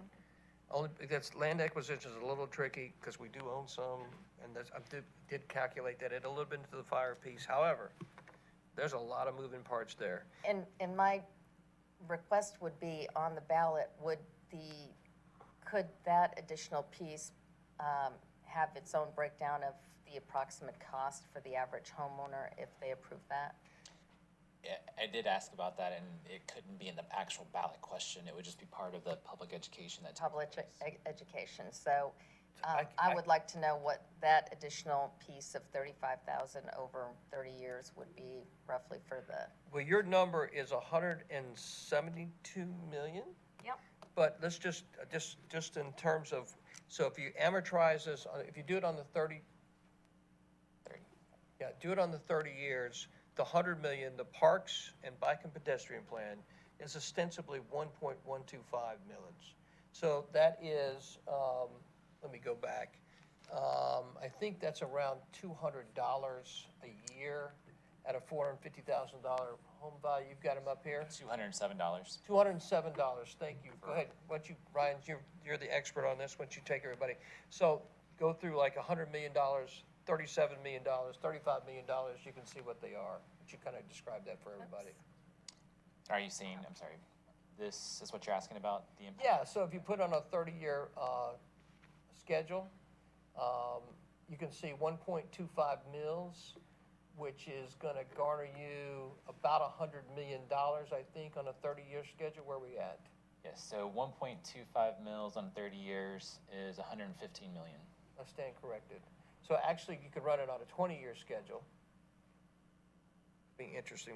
But we're talking Parks and Rec, so we got a longer average, we got a longer schedule on this, right, Jeff? We can go 30 on this, correct, pretty safely? Same with the bike and pedestrian plan as well. That's long-term, correct? Long-term replacement? So 30 years is not an irresponsible schedule on that, correct? So 30 years, you could get to 92 million at a mill, or 115 at 1.2. So you're about 1.125. I think that was the number I threw out. 1.125 is going to put you around $100 million, a 1.125 mil increase. Can you do that, Ryan? Can you do 1.125? Yes, we can do whatever we want. Okay. So instead of a 1 mil or a 1.25 mil increase, I'm making a quick guesstimate that the mill increase would be 1.125 on a 30-year schedule. For just the Just for parks. parks. Just and parks and the sidewalks. bike and pedestrian plan on a $100 million approved bond by the voters. And there's a lot of numbers, so if I'm going too quick, I apologize. So on Christine's suggestion, parks and bike and pedestrian master plan, the first bucket, $100 million, would mean an increase in property taxes of about 1.125, and on a 30-year schedule, that 1.125 would mean an increase to someone with a $450,000 average home would be, a little under, about $190. Yeah, about $190 a year. This Plan 2, safety at $37 million, you can see that is going to be about $500,000, I believe, on a 20-year schedule, and on a 30-year schedule. You It's see gonna be an eighth, or, about an eighth, see, because they're both see a $500,000. 137. $500,000 gets you 46.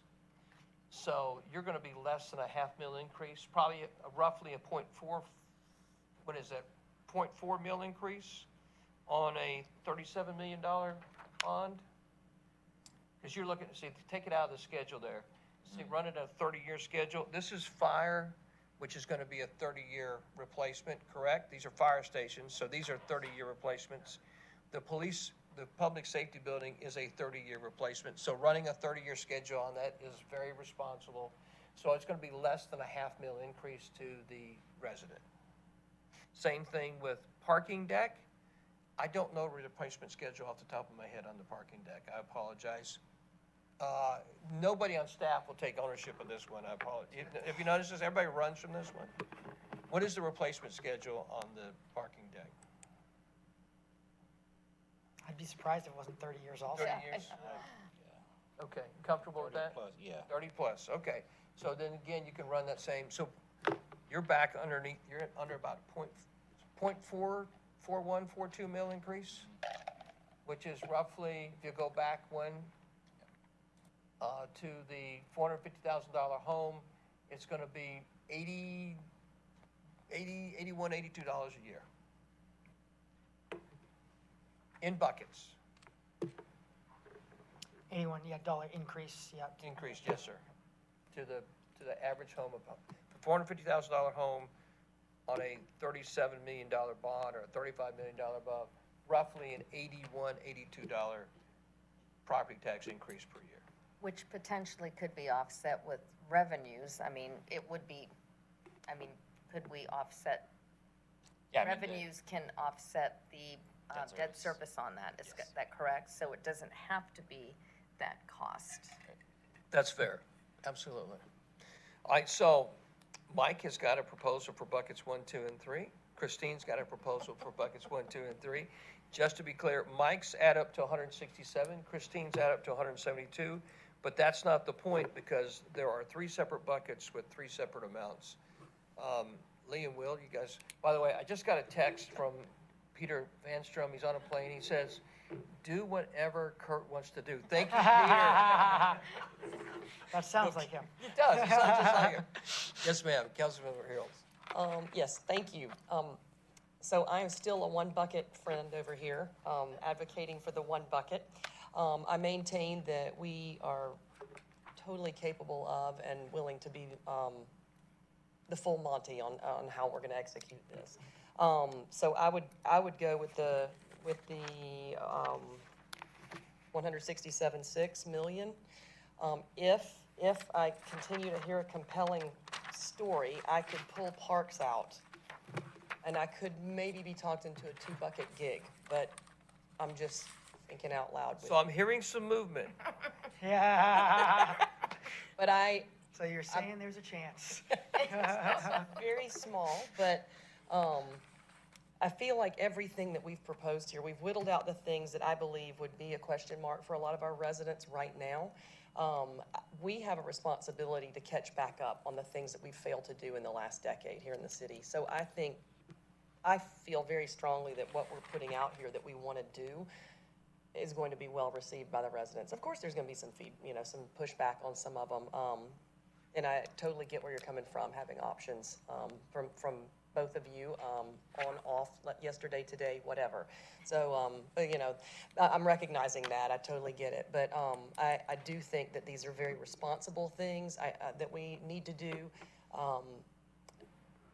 Even this morning, residents telling us they're tired of why aren't we doing it in the rate that other cities are doing? Why aren't we keeping things up? Why aren't we the shiny penny? We're going to be a polished up penny because we're historic, but we've got things that we have to take care of. Not one of these items to me is arguable as far as whether or not we do it. It's just how we do it. So I'm still going for the one bucket, but my ears are. So, one you're second, fine. Michael, I'm sorry, just want to make sure. We've got one bucket. Yep, Do I have a number on the one bucket? 1676. You're going to full Monty at 162? Is that fair? 162 is your full bucket, or are you higher than that? 167. 167, I apologize, Lee. Yeah. One bucket, so you're going for the full Monty at 167? I am. Okay. Will? I was coming at the single bucket approach myself. I'm okay doing two, but I would like to cap myself at two.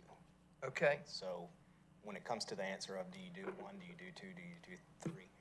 I like the one approach, but I'm okay with doing two. If we are going to split it up into two, then parks, obviously, with the bike ped master plan piece goes as one.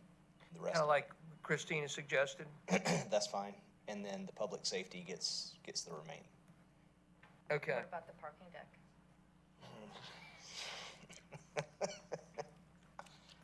It's public safety plus the parking deck is where I'd go with that. Okay. And you would basically kind of lump together fire, police, parking deck as one at that $72 million figure, and run 100 with parking deck, with parks and bike and pedestrian master plan. Sure. Okay. So, well, the bad news is I'm not a parliamentarian, and I'm not a very good legislator, and I'm not a very good negotiator. So it sounds like, let me tell you, we have been working on this for a long time, and it's a real privilege to be working on this with the staff and the amazing work that you guys have done for months on this. And it really is a privilege to be having this discussion for our city. It really is an honor to be advancing these ideals, and in a way that probably have never been publicly talked about among elected officials and staff, and have in the purview of the residents to be becoming potentially at least something to be considered for real. So it's an honor to be having this discussion. I will tell you that having looked at, like y'all did at the beginning of the original submissions, and recognizing like, hey, for real, we could spend $120 million in parks and we still wouldn't get the full job done, right? And knowing that, and but we also have to spend, in my opinion, we have to submit to the voters the really very needs on the fire department. Like, we need to have 3 new fire stations within a very relatively soon period of time. That's a reality. I will tell you that I fully expected coming in this evening, I thought we wouldn't do one bucket, possibly two, but on the one bucket, I figured you guys would come back and say, let's do $138 million. If you'll go back to this slide for me too. So I fully anticipated that, can I stand up? I fully anticipated, for purposes of my transparency, that you guys would say, we're gonna submit one bond, one bucket at $138 million. Recognizing that's a $1.5 million potential increase to the residents based upon their approval of it in November. And recognizing that to the average, the $450,000 home, that would be an increase on their residential property taxes for the city of Roswell of $250 a year. So I will tell you that I'm not in a space where I thought I would be in terms of our discussion today. And I too, like y'all, all am amenable to where we land on this, because I think we all have a desire to do the absolute best thing in our submission. And it's worth mentioning that I do think it's important for us to come to a decision tonight, because I also know that this is going to be submitted to our fellow residents 5 times, just FYI. So 5 times between now and July 11th, this will be in front of our residents to say, yes, yes, no, no, do it differently. Yes, sir, Mike, go ahead, sorry. So I'm just amazed where, I want to, since you're sounding definitely driving towards, we've got to come to a decision tonight. And for me, I'm so much wanting to hear from the public and hearing those. Something to consider is, and just keep in mind, I mean, what I've just heard is all 5 of us disagree. All 5 of us are not in the exact same spot. And I'm hoping we can still work together, knowing we have these disagreements. I'm hoping we can still be civil and still be productive, focused on what's good for the community. So, so hopefully we can get through these 5 big disagreements. But something to consider, instead of just coming, all right, what's the one tonight, what's the compromise? Something to consider would be a public document being this one right here. And I'm hearing with 2 different columns. I'm hearing one column where it's the 2 choices that Councilman Morthland made. And one column, actually, Mayor Wilson, would be where you originally thought this was going to go. Because the irony is, I've certainly been the advocate for buckets, but I also, a big part of why is because of the dollar amount. So if we're going big dollar amount, that's where obviously D is my favorite, which is the one that I created. But also, I think if we're going to do one single bucket and do the 138 million that you mentioned, I think that actually is something that is certainly something I strongly consider. It means we have a lot of work to do because we have to cut out 30 million. You got to cut out $24 million. Yeah. Right, and these are all things where I'm not sure which direction I'm going to go until we're hearing the feedback, and certainly looking forward to hopefully a long night and long discussion on July 11th. But I'd love the opportunity if we didn't narrow our focus too much, and instead just show to the public, hey, here's the honest thing, 5 of us don't agree. Sounds like we all agree that we should ask the taxpayers for a large investment for great projects that have been very. We've heard a lot for, but I wouldn't want to pigeonhole us tonight. Mike, great point. I'm really glad you said that. I think to your point, I guess I am pushing for us, but you make a good point. Let me push this, maybe say this better than I said it, and probably better than I intended it. To your point, I think that we should come up with proposals that'll be on the 5 meeting dates. We're going to find them. The Reels and Wills beginning Friday, July 1st. Twilight with Barrington on Sunday. July 4th celebration. Music on the Hill Friday, July 8th. And Cops and Cars Sunday, July 10th. That there should be clarity that the residents can say, yes, I agree with that, or no, I don't agree with that, or do this separately. That maybe there's a lot of feedback. And to your point, it'd probably be incredibly enlightening to us all anyway.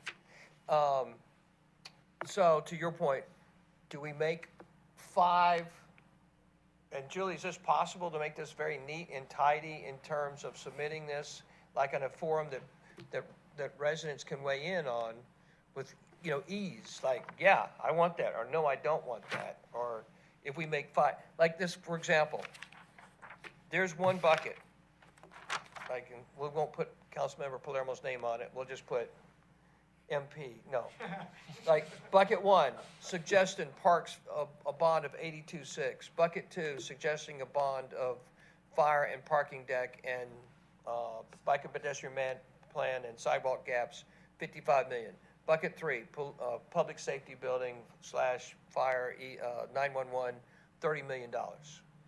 Boom, that would be a total of 167 if you approved all three buckets, but if you can obviously just prove one, you can prove two, you can prove 1 and 2, you can prove 2 and 3, that clarity. Oh, Councilmember Christine Hall, bucket number one, parks and bike and pedestrian master plan, $100 million.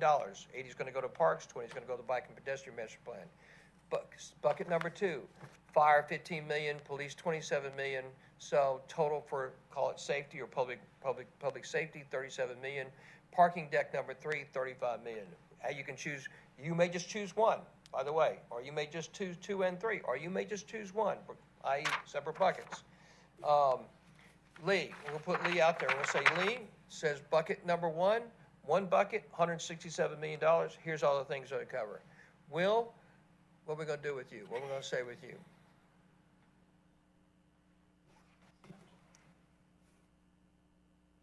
I'm torn between the one answer as compared to the two answer. So I'm amenable either way.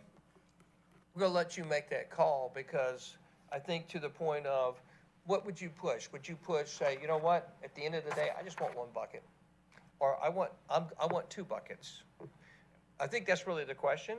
And for example, I'll just say for me, I'll go ahead and put myself out there. I'm just gonna submit one bucket, here's what it's gonna cover, as I think kind of aforementioned here, for $138 million. And I like that differentiation between, because the 5 million was too close, so I'm glad we have a 138 and a 167, because it will give us good feedback. It does, it give you great feedback. And so, Will, I think to your point, you gotta, think for a second. I'm gonna use the little boys' room. So can I submit, Mr. Chairman, can we take a 5-minute break? Absolutely. Okay. Can we take a 5-minute break? Is that okay? Give you time to think about it. And Peter just texted in, again, I reiterate, whatever Kurt says. Thank you, Peter.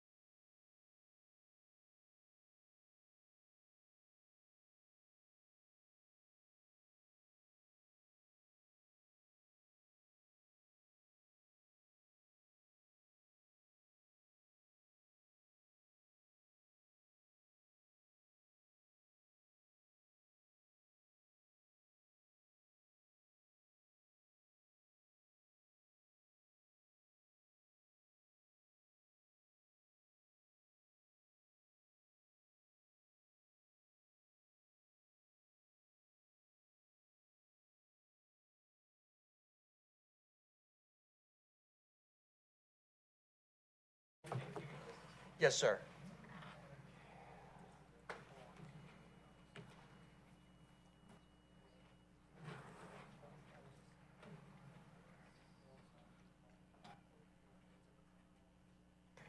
All right, so while Will's figuring that out, we'll just kind of, Ryan, would you kind of maybe for purposes of being the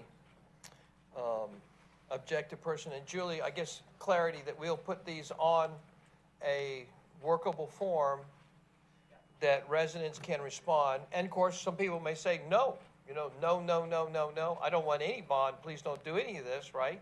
But obviously the flexibility of being able to say yes to this, no to this, or yes, yes, yes, or I like this best. Because it looks like there's gonna be, Mike's gonna have a question up there, right? Buckets 1, 2, and 3. Christine's gonna have an option up there, buckets 1, 2, or 3. Lee's gonna have an option up there, 1 bucket. I think Will is going to come up with another option. Are you correct, Will? If you want me to, I'll skip. Kurt will have an option completely endorsed by Peter. Just for clarity, 1 bucket. And then, so Lee's will be 1 bucket, 167. Kurt's will be 1 bucket, 138. Mike's will be Parks 82.6, 1 bucket, another bucket, fire and parking deck, and sidewalks and bike and pedestrian plan, 55 million. Third bucket, police/public safety, 30 million. Grand total, 167 million, but each is 3 separate buckets. So somebody can say, I like bucket 1 and I like bucket 3, but I like bucket 2. Or they can say, I like all 3 buckets.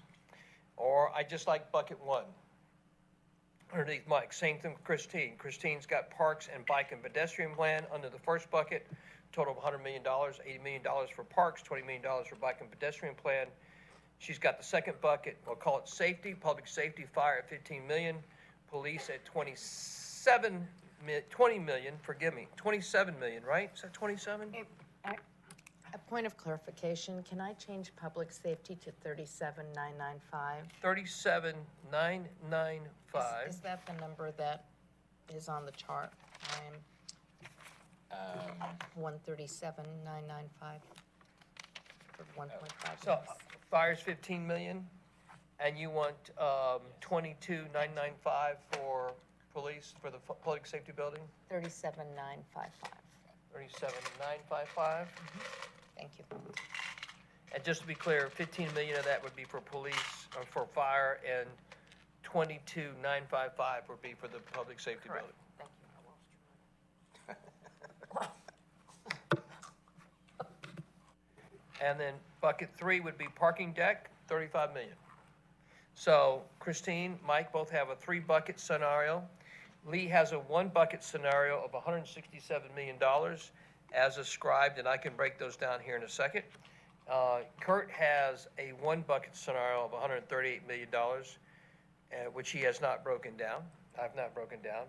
Will, what's your suggestion? So, my big ask is the 167. 167 is what I'm after, all right? That's the number. Now, how do we get there? I still favor the 1 bucket approach. If we're not gonna do the 1 bucket approach, then I can go with the 3.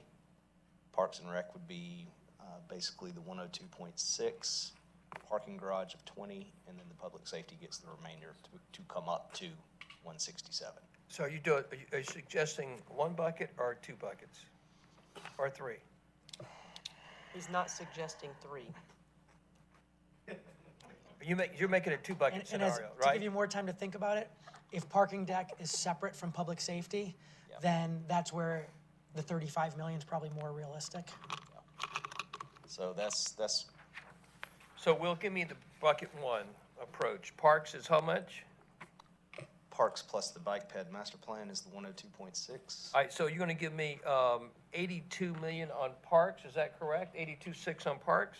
I'd like to give them more, but that's gonna throw our numbers off. This is your call. I'd like to give the parks the full thing that they asked, which is was that 87? 87.6, correct, sir? So you wanna give parks 87.6? Bike ped master plan scenario, 20. So 20, so bucket one would be parks 87.6, bike and pedestrian plan, another 20 million. Second position, So just to be clear, so bucket one is 107.6, is that correct? correct.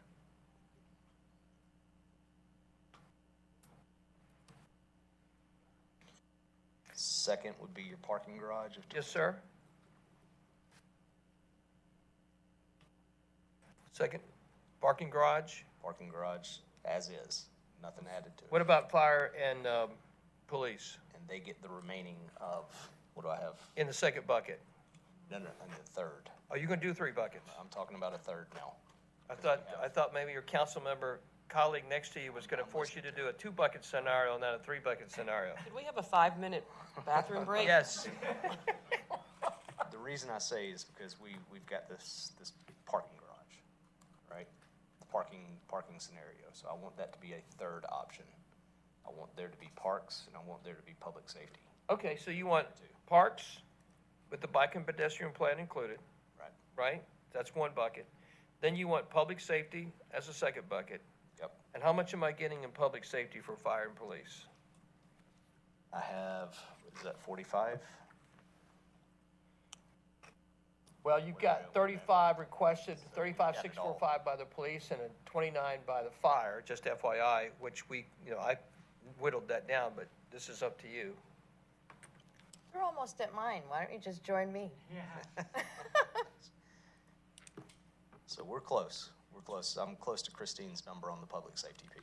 What's your fire number? What does she have on her? She took 15. She's down, the original number that I've got there, 15 million. Now, she's changed police. She's got 22,955, 22,955 on police. All right, let's go with that for right now.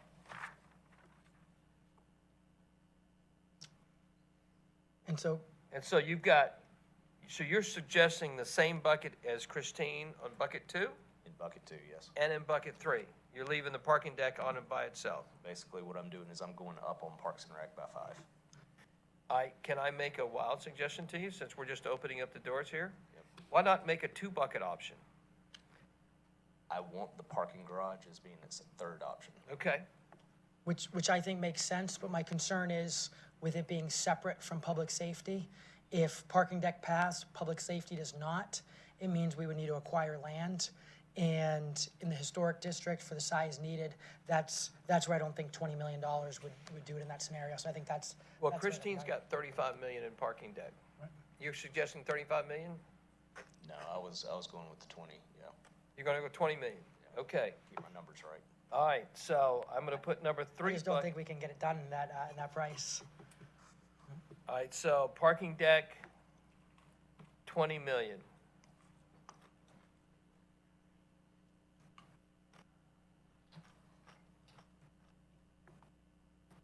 Interesting, we have no two-bucket scenarios, we have all three-bucket scenarios and one-bucket scenarios. So, just to repeat, bucket one, parks is 87.6, bike and pedestrian plan is 20 million for a total of 107,600,000.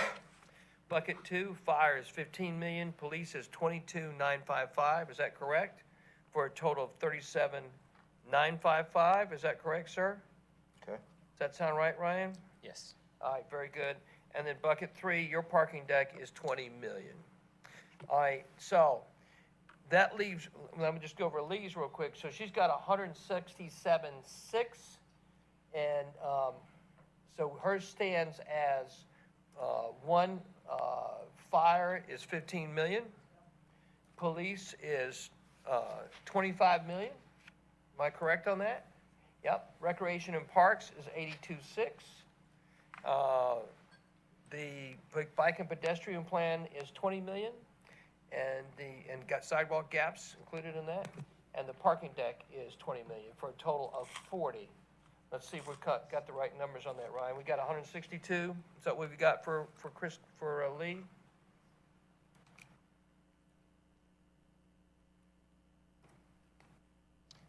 I'm looking actually, you got to see the mayor question, 162?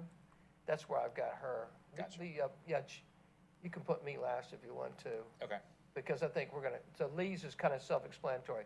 15 million on fire, 25 million on police, rec and parks, 82.6. Let's make sure that number gins up with what we had. I think it does, doesn't it? 82.6, yeah, 82.6 on parks, I can, and then a total of 40 million for parking deck and the bike and pedestrian master plan and sidewalk gaps, which gets you to 162. I had 30 million on police headquarters. Thank you. Okay, 30 million on police. Thanks for that 25. clarification. That gets you that. Thank you. No, thanks for bringing it up. So leaves $167 million one bucket bond. Correct.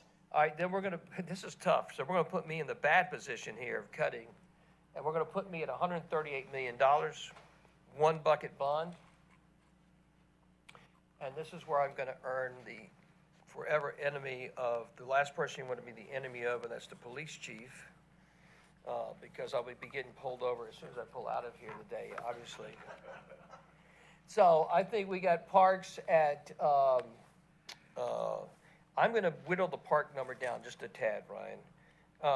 I've got 82.6. I am going to take a little bit of, by the way, I'd actually, 24/7 is for me, the river master plan, and that is a separate piece, but we'll keep that in together with the parks. I think that on the parks, on the 57.9 aspects of it, I'm gonna take 1.2 million off of East Roswell Park, which takes me to 56.7.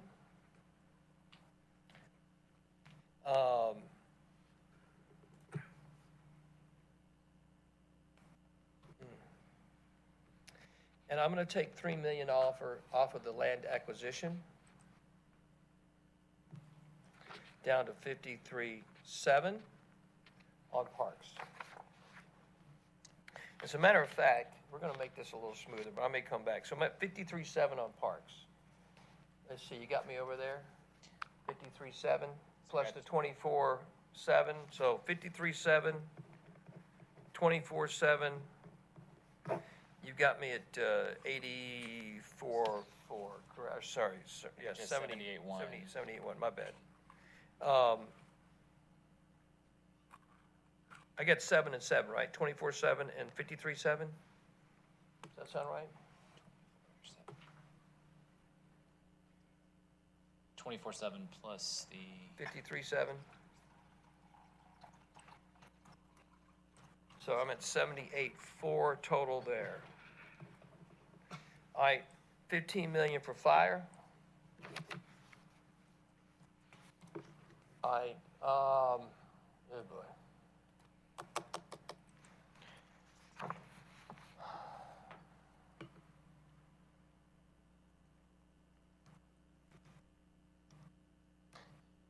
Bike and pedestrian master plan and sidewalk gaps, 20 million. separate from the deck or separate from a deck? Separate from the parking deck.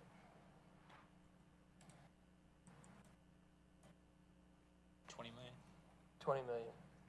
Yeah, you're exactly right. Well, you got parks and bike ped, you're right. Yeah, it's separate. That's just, there'll be a bike and pedestrian master plan, sidewalk gaps, 20 million. Okay.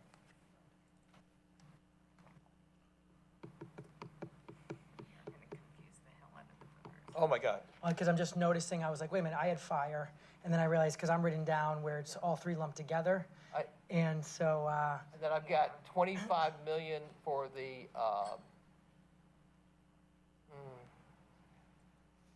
yeah, 25, put 25 million for the police, for the, 25 million. I'm done. So the one thing I've noticed we left out is the parking deck. And yeah, So we're in the same place. we are. So that's one bucket, and I think underneath this, so to your point, we've got to put these as buckets, and they'll phrase them as the buckets. So I've got 138.4 as one bucket. We'll move that to essentially $138 million. Okay. Yeah, just to make recreation and parks will be, the river master plan will stay at 24/7 and cut parks to 53, 3. yes. You need to cut $5,000 out, or $4,500 out. I got $4,500 to make the over? match. I'm there, right? Yes, 138 million. Okay. So $138 million bond question, one bucket for me. Lee has one question, one bucket of $167 million bond question. And then Mike has three buckets, and aforementioned, you got Mike up there separately? Right here. Yep, 82.6 for Parks and Rec, first bucket. Second bucket, fire and parking deck and sidewalks, 55 million. Boom. Third bucket, police, public safety, 30 million. So Mike has three buckets, total of $167 million. Christine has three buckets. Parks and bikes and parks at $80 million, bike and pedestrian master plan at $20 million for one bucket of $100 million. Bucket two is fire at 15 million, police at 22,955 for a total of the second bucket of 37,955.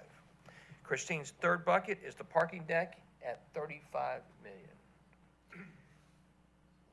Lee, did I do Lee already?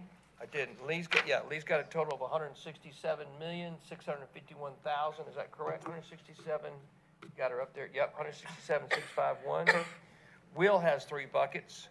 First bucket is Parks and Rec at 87.6, adding the bikes and pedestrian plan at $20 million for a total of 107.6 for his first bucket. His second bucket is fire at 15, police at 22,955 for a total of 37,955 on the second bucket. The third bucket is parking deck at $20 million. Would Will or Christine, would either one of you be amenable on the second bucket to moving up the police from 22,955 to perhaps, even though that 37,955 is a nice number in terms of the millage, would you, it is, right? It's a nice millage number. Yours is just a little bit off. It's just a little off. It is. $4,500. I gotta raise too it down. much. You're right. I gotta bring it down $4,500. You're so right about that. Oh my God. Would either one of you be amenable to raising the police to $30 million for the 911 center and public safety piece? I would. Okay. So I'm gonna raise Christine's, Ryan, on safety number 2 to fire plus 15 and police to 30 for a total of 45 million. Guess my parking deck needs to be a little less expensive now. Do you wanna, I think, What's the, Oh, no. Yeah. I just want to make sure we're realistic. No, I okay, think no, it's a good number. That's all right.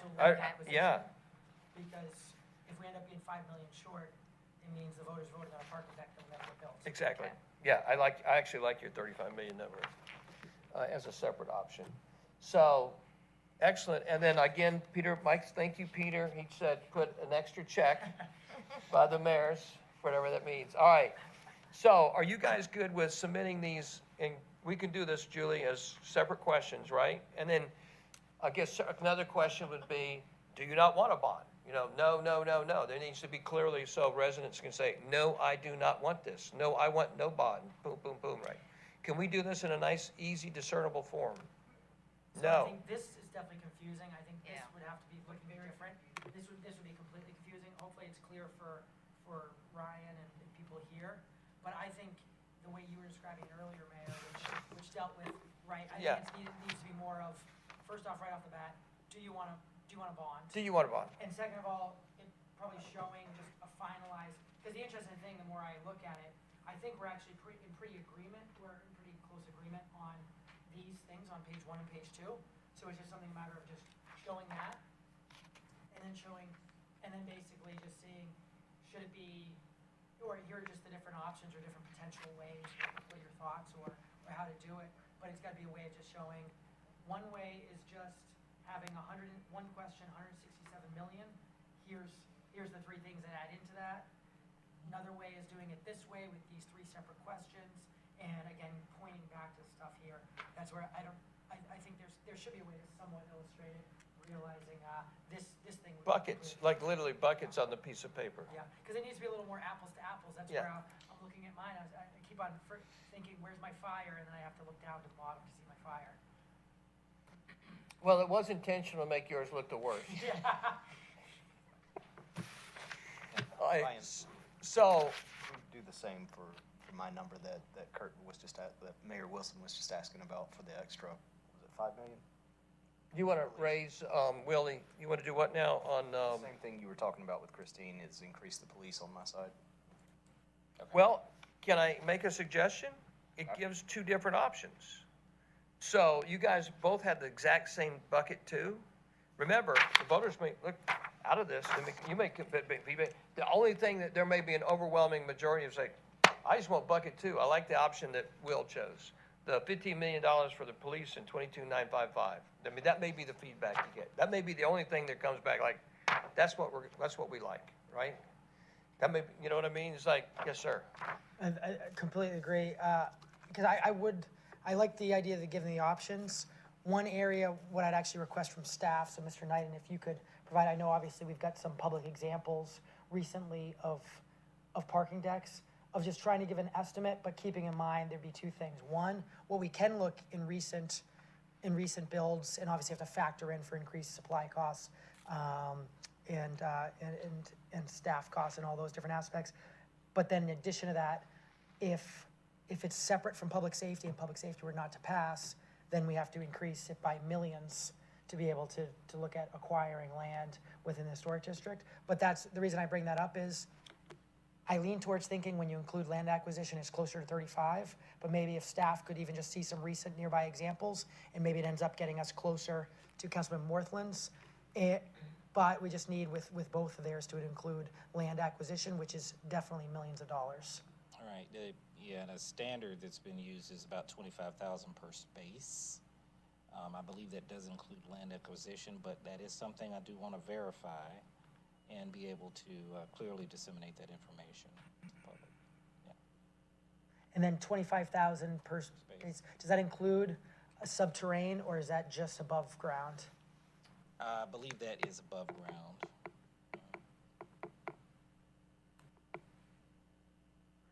That's helpful, thank you. Thanks, Mike. All right, so with, this is a committee meeting, Mr. Chairman, and thank you for allowing me to direct the discussion. I appreciate it very much. So there's currently 5 events where Roswell residents are expressly invited, among other places, to come to these events because we figure these are going to be high-traffic events. And I'm going to repeat them. Reels and Wheels starting this Friday at Riverside Park, Friday, July 1st.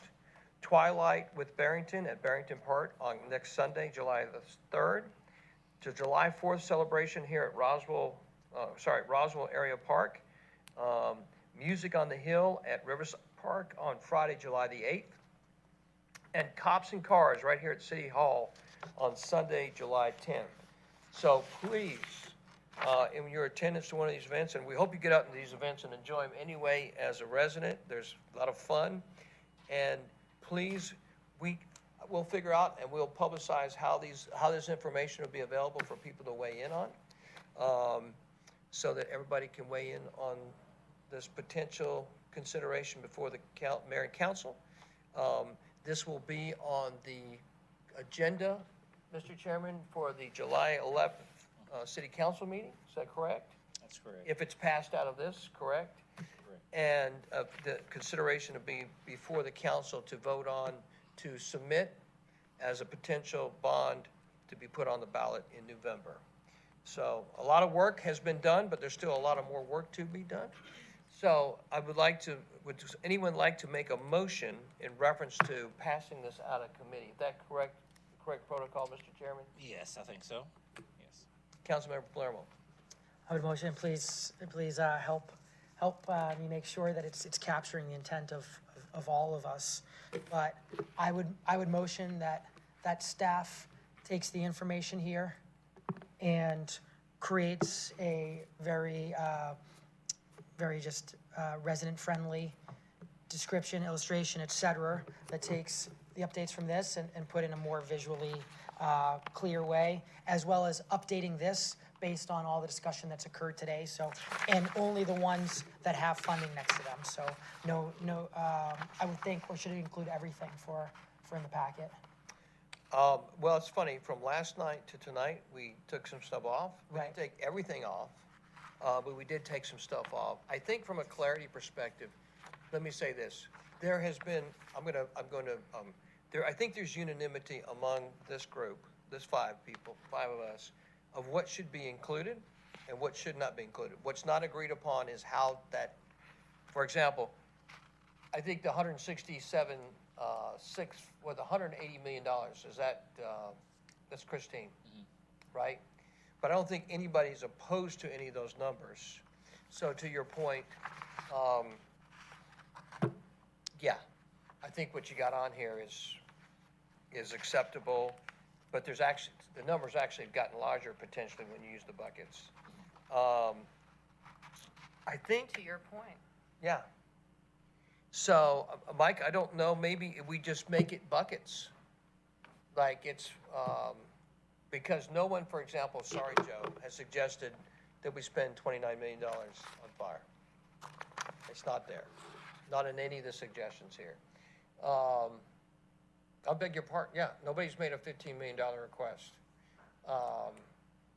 But, for example, on police, it has gone up, right? It's gone from, not his total number, but if you look at what the express purposes of the 911 center and the new facility, it's higher than the original request. So, I guess, I mean, it's a little clearer when you take this stuff out. I mean, do you want to leave all of the park projects on here, or just want to put parks on here for the time being, just for the purposes of the discussion and making it easy for Well, people to digest? I think if it's adding up to the 82.6, I think it is important that we're showing each individual thing. Okay. I think that is something we should be gathering feedback on. Where I'm torn is, if you want to pick on Joe, we'll go to that and say, for example, on one side, my thought process is, oh, I'd love to include, relocation of Fire Station 27, so they could weigh in if it turns out that should be a priority.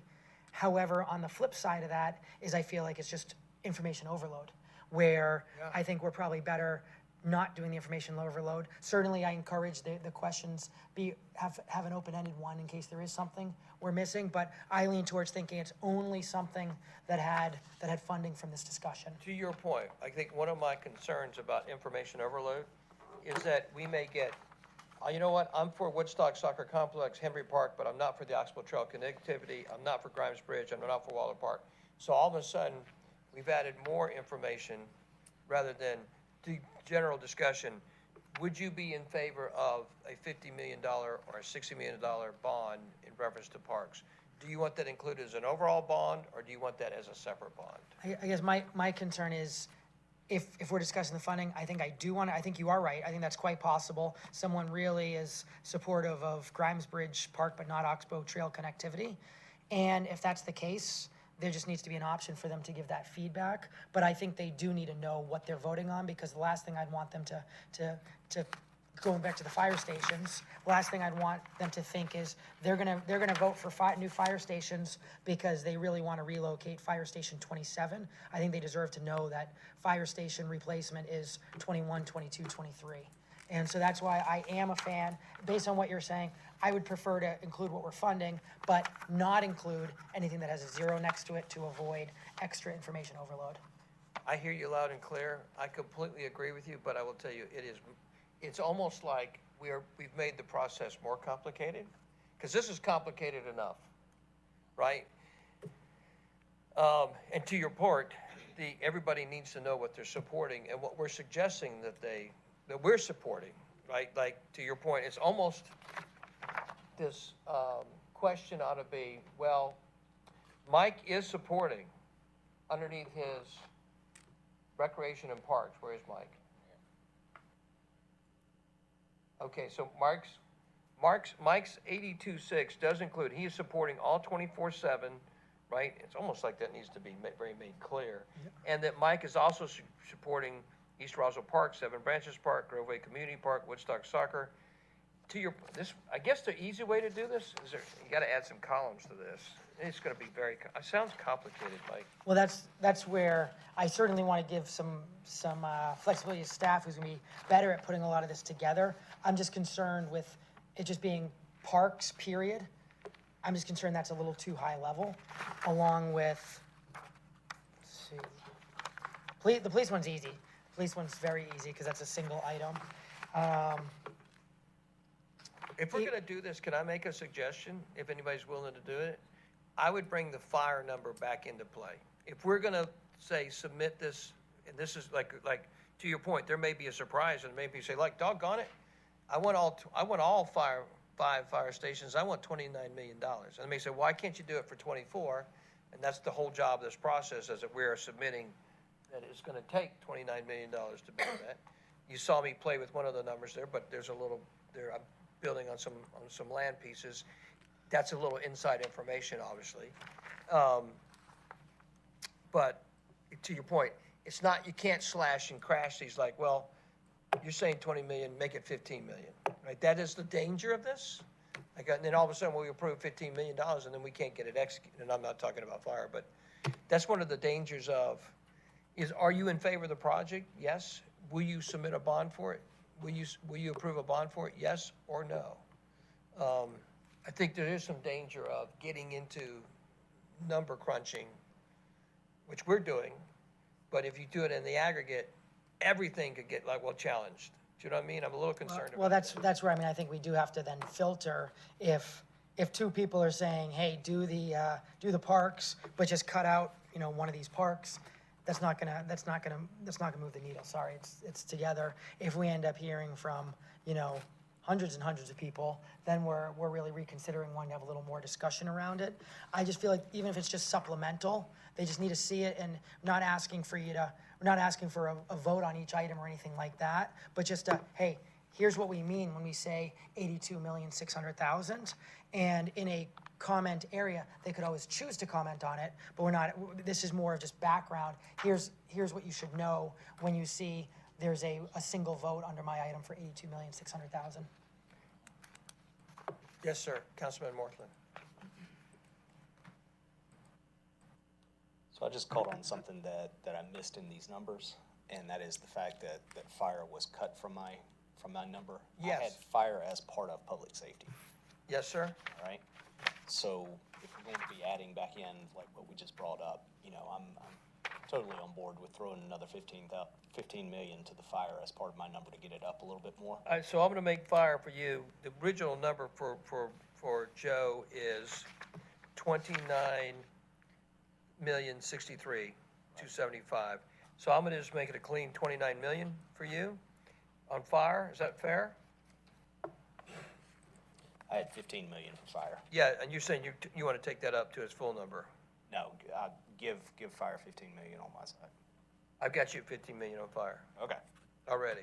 So the 15 million on fire is part of my public safety Yes, sir. piece? Okay. Yes, sir. All right, that's what I wanted to double check. Which is why it's so important that we make sure that it is showing apples to apples way. That's how I kept on looking at it, saying, I'm giving what money I to just got fire, yeah. Caught in the middle of a crossfire here, trying to figure that out. Yeah, you've got Sit here for 2 hours. 22,955 on police, Uh-huh, public safety, building, 911, and you got 15 on fire. okay. I'm almost curious, I'm tempted to ask you to push yours up on fire I'm fine to pushing. $29 million, Let's go. okay? And then make your total 51,995. It's fine. Is that okay? It's fine.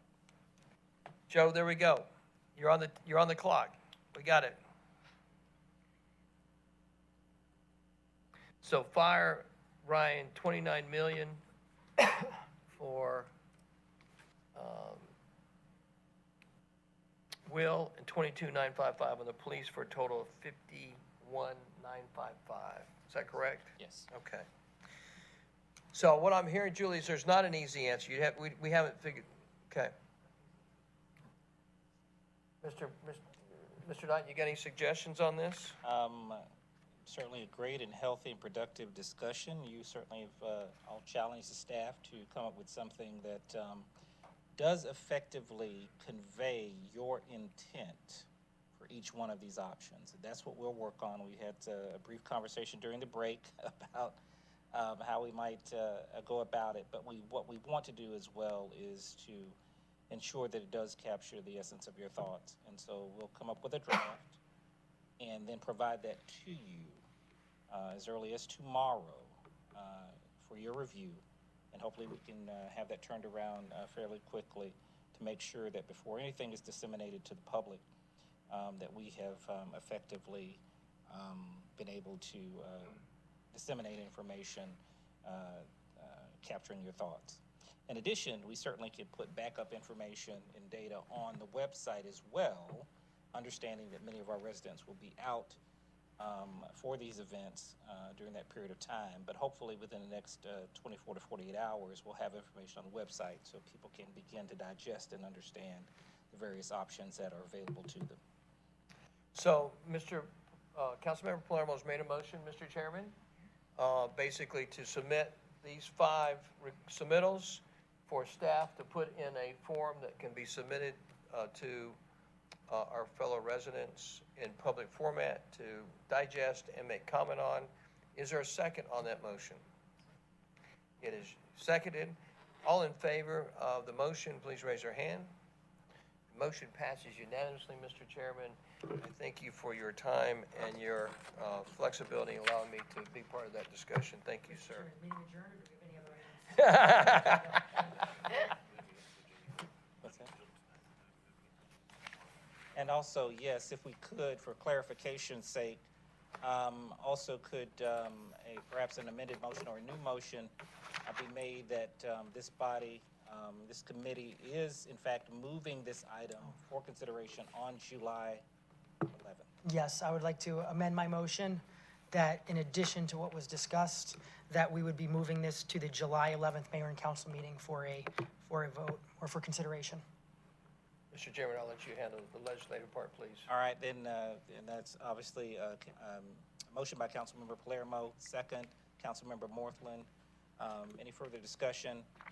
All those in favor? Thank you so much. Great discussion, and certainly one that was warranted, and a number of projects here discussed that could potentially be very transformational for the city of Roswell if voters ultimately decide to approve. Thank you. Thank you very much, Mayor and Council. Thank you, Mr. For your thought and great attention to this matter and analyzing this from every angle. So thank you. The next item we have is community development. Consideration of a text amendment to the Unified Development Code regarding section 6.5.2, use table for self-service storage use. Ms. Jackie Dybel.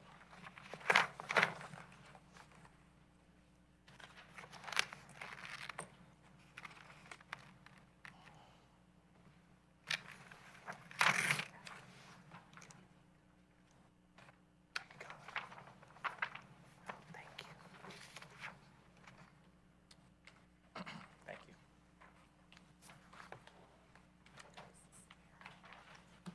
Good evening. Well, I didn't do a PowerPoint because this one was pretty simple. So what I just handed out is a little packet here, is the current text, and highlighted in yellow shows the all self-service storage. And if you go all the way over, under the IL column, which is light industrial, you'll see the P where it's permitted by right. The next item on there is the ordinance from 2020 where self-storage was moved out of several different locations in the city. And the second page shows that it was, prior to 2020, was listed as limited, and then it was moved to permitted. And then the last page in the packet shows the limitations out of the current code that are existing. So what this proposed text amendment would be, which is in your packet, is indicated to either replace the P with a C, which is how I've got it drafted, or if you want to go back to the L, which is limited. And that's what we have for this evening. All All right, any questions? Yes, Councilmember Palermo. Thank you. Yeah, interestingly enough, actually, when this was changed to limited, I believe, and the limitations on this page right here, Article 926, I believe it is, that was actually done unanimously in 2018, I believe. And then in 2020, in a non-unanimous fashion, in a split 4-3 vote, it moved from being limited to permitted. And what that did was, help me understand, so if today, if someone wants to develop storage within IL today, do they have to meet the limitations within 9.6.4, or because it's permitted, do they not have to follow those? Since it's permitted in light industrial, they do not have to follow limitations, because if you look at letter B in that section, it says where self-service storage is allowed as a limited use, it is subject to the following. So if you choose to turn it back to limited, then it would be subject to all the limitations that are currently in this section. Or if you put it as conditional, then of course it would come before mayor and council for any type of approval. And so actually, I'll hold off. No, question, Mr. Chairman. Yes. Mike, would you like to return to the previous status of this particular piece? Exactly. So even though staff suggests and drafts conditional here, I'd actually suggest we not go all the way to conditional and instead just move it back to the limited. Go back to 2018. Right. Correct? Exactly. And so it's not conditional, it's not something where within IL, they don't have to come and ask for a conditional use for it, but they have to meet all the standards under B, which certainly took a lot of staff work, a lot of council work, and a lot of benefits, a lot of things that we've been seeing in other towns that have been doing storage more successfully than what we have some examples of in Roswell when you look a little further up north Roswell. So yes, so my request would be that this committee consider, instead of going from P to C, instead we go P to L. Thanks, Mike. Yes, Councilmember Hills. Thank you. Just in reading through this, forgive my ignorance, this looks an awful lot like taking care of our residents and how we perceive our city and the aesthetics. Am I reading this clearly? Is that a safe or a fair assumption that I'm? That was the intent. That was the exact discussion. Is just ultimately by not having these standards, then you're really negatively impacting the surrounding businesses, Right. as well as, of course, if there were any residents near IL. And again, so important that even our residents want to see our businesses be supported and not just have a business that's not meeting the character and the needs of the community. Right, and just for those listening, I mean, I'm seeing here no roll-up doors on the exterior, ground floor self-storage facilities not used for units, but used for office or retail. So I've got the hang of it. Am I? You do. Okay, thank you. But can I just, Mr. Chairman? Yes. Thanks, Lee, for bringing that. So just put this in layman's language, Mike, because we know you're very sophisticated on the zoning piece. So 2020, the manifestation of the current piece did something, it allowed something, right? Pre-2018, when you voted on it, it didn't allow something. So what we're talking about are storage units, right? Self-storage units, and where they're potentially currently allowed and what the proposal is. And what you're suggesting actually is, let's go back to 2018, where it was 100% agreed upon at that time by the elected body.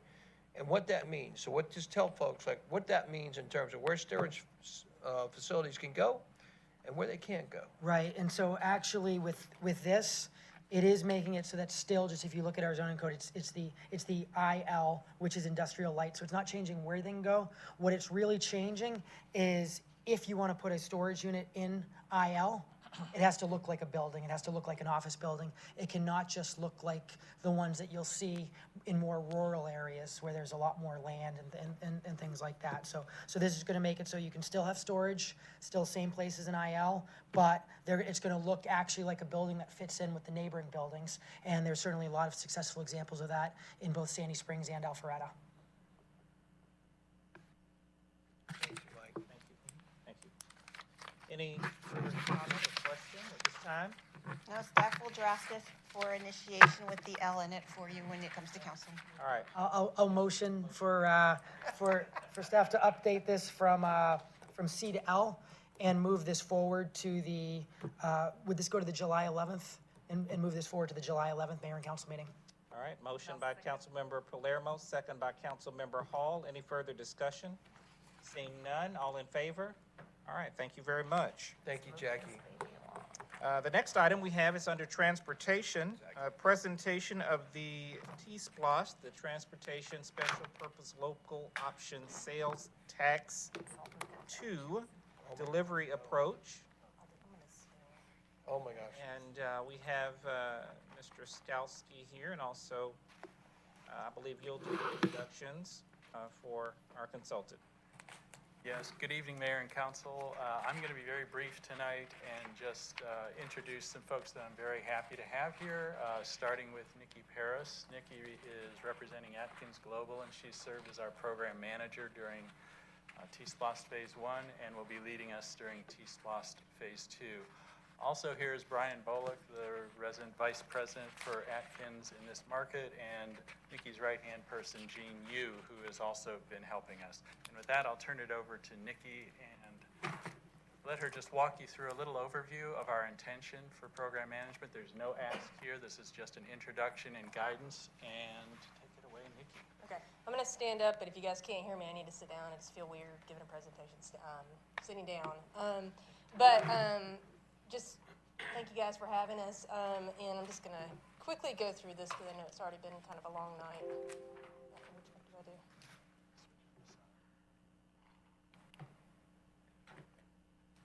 Oh, there we go. Okay.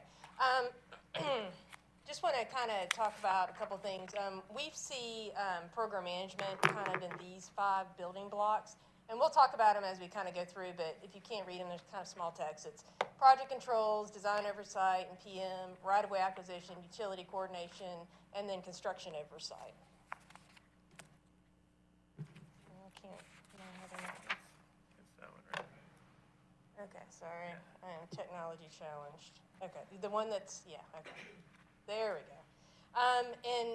In looking at all our program management and our approach, we want to be looking at the strategic plan, and more importantly, the goal that has been developed to improve transportation to benefit your citizens. So that's just something that we're going to constantly be looking at as we're going through things. Our overall goal for this program is kind of like we said on the screen, is just to provide a comprehensive and transparent program through those 5 things. But here are some things that we want to try and do. One of the things is creating a clear line of communication. I'll be the point person, so I might not be managing every project, but I'll know enough to be, I guess you say, dangerous above for everything. But I'll be the one person that people can come to for Atkins for questions. Consistency, whether or not we Atkins are managing projects or the city's managing projects, we want to make sure that we're doing the same processes. I know they just went through a project management training, making sure that the outside world, whatever they see, it's consistent for both of us. Y'all talked about this a little bit earlier when y'all were talking about program management and having folks do it for your parks and recs, but when I say scale, well, we here locally are actually the largest office for Atkins in North America. So right now it's just you have 3 of us, but you could have up to 300 of us if you needed us. We have a huge bench strength of just different things that we can do, some specialty projects, something like that. So if you ever need that, that's something we can scale up or scale down, however you need it. And then we just want to be able to be seen as an extension of your staff, as again, like I said, scalable. If there's something that you guys don't do that you might need our help with, we certainly would love to be able to provide the services. First building block is project controls. This is just a way that you can just be monitoring constantly the health of a project. Some of the ways that we do that is through dashboards, looking at risk and change management throughout the life of the project, and then constantly looking at costs and schedules, because if you guys have seen, construction costs are just going through the roof. And so just making sure that you're kind of paying attention to those things. Project controls. This here on the left, this is just kind of we threw this together really quickly. It has some Roswell data. A lot of it's made up, but some of it's similar. But it's just showing you you can go as simple as you want, or you can go as complex as you want, depending on what you want to show or what's important to you. But we can, tailor it however you guys see fit. Again, talking about risk and change management, you guys actually have created a change request log as far as your program management training, and that's important to just be looking at what can change and knowing when those decisions are made, so that 5 years down the road, you're like, why did we do this? This is why. And you might not be able to read this, but this is something that we have in Atkins where it talks about risk, and it's making sure that when you're looking at risk, you're identifying it, you're qualifying it, then you're quantifying it, and then you're trying to decide, am I going to mitigate this risk? Am I going to respond to it? Am I going to just remove it altogether? But the important thing is you see the errors are constantly moving throughout the life of a project. So making sure that we're constantly looking like what a risk is, because once you get through right-of-way acquisition, that's no longer a risk. So, then you get to other risks like in construction and stuff. And just go back, I don't have a slide for costs and schedules, but it's kind of like what I said, is making sure that you're looking at it at those 30, 60, 90 day or 90% plans, and making sure that you're, all right, where have we gone up? Do we have the budget to be able to, to do this, or we're gonna have to do a scope change, but constantly looking at that through the overall health of your project to make sure that, we can do what we promise the citizens. Just general design oversight and project management. Just one of the big things, and we've talked about this a lot, is you guys have talked about this a lot, is just making some clear project documentation and making sure that everyone throughout the life of the project can pick up this project notebook and they know what's going on. They know what we're doing, and again, like I said, consistency, making sure that whatever we're doing is the same as what the staff is doing. Consistently meeting, in T+1, we met monthly, and then prepared documents for that. We also suggest meeting with your design consultants monthly as well, just so that you're kind of putting their feet to the fire, making sure that they're constantly moving. And then using all this information to track and monitor the health of your project, which then all lead into those dashboards if that's something that you guys want to move forward with. Right-of-way services, as you guys probably know, that's probably one of the largest costs of project and sometimes one of the largest risks. Just making sure that you're following the Uniform Act. And on our team, we do have some folks that are GDOT pre-qualified, appraisers, things like that, making sure that we're following everything that we're supposed to be doing and accounting for those costs. And then something that we like to do is we actually engage our right-of-way staff early before they even hit right-of-way plans. Because sometimes they can say, man, you're about to hit a sign, you're gonna take out that guy's landscaping. They can maybe identify some things that we can potentially save costs down the line. And again, then that goes with cost management. Just like I said, when we're meeting with our design consultants, including those right-of-way agents so that we can talk about decisions as far as right-of-way costs go throughout the life of the project and not waiting to the very end. Utility coordination, again, is also one of those big risks. And you guys recently adopted GDOT's Utility Accommodation Policy and Standard Manual. We call it UAM for short.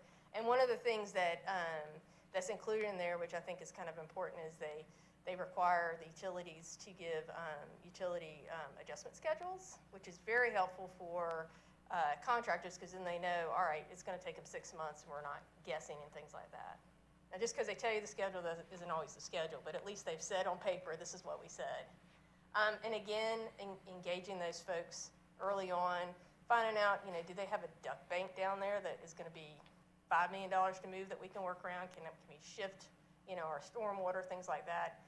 And with that, looking at kind of what those costs would be, what you guys have franchise agreements with, and maybe where we can do adjustments with our design so that we're not hitting some utilities. And I will mention this, and I think y'all are doing this with some other projects. A lot of cities and municipalities that we're working with are starting to look at subsurface utility. I can't remember what's the E stand for. Engineering. I should probably know. I always think investigation, but they're doing SUE work to start looking at some of these things early on. It's a little more expensive up front, but then you really identify what's there and you're not getting surprises during construction. And then lastly, when we've done all that, we get out to construction, and again, we have a team, and we had it on the T-1 where I work directly with our construction manager, Obie Brannon. We get him engaged early on. We try to do constructability reviews, look at things that, you know, us as engineers sometimes on a 2D sheet of paper, this looks like it's gonna be a great plan. You go out in the field and it is just not. So engaging those folks early to help us. They're also, you know, once we get ready to let a project, they're very helpful at looking at the bid tabs, seeing, okay, well, maybe, you know, these prices are a little too high here or a little too, you know, low here, and things that could happen during construction where they're reviewing it. But as well as with the bid tabs, we can also help you guys with procurement, because we know a lot of the contractors out here. We can help you with references, things like that, so that you can get your, I don't want to always say the lowest, because sometimes we've actually not gone the lowest bidder, but making sure you're getting the most reliable bidder so that you're actually getting the project that you want on the ground. And then I just got an example up here of another thing that we do about maintaining project documentation. This is something when we were working on Rucker Road for you guys, one pager, real easy, simple, like where we're at in the project, so that, you know, elected officials, city staff can easily know. You don't need to know like the nitty gritty of exactly what happened yesterday, but from a high level, this is something that we provide to our clients on whatever basis, sometimes weekly, sometimes monthly.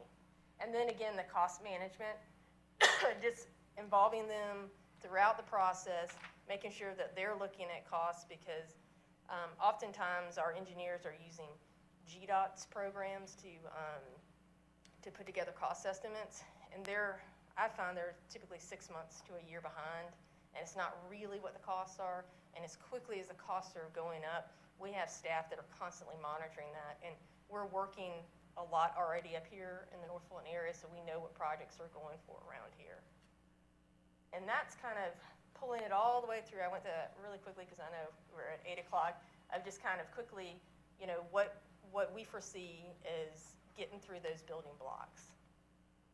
And then we've been meeting with Greg and Dan, and kind of the next steps. These are kind of the things that we've been talking about, but excuse me, obviously, you know, we'll look to the city council, kind of what their priorities are. I know we were gonna look at Riverside, I guess today, but may not do that. I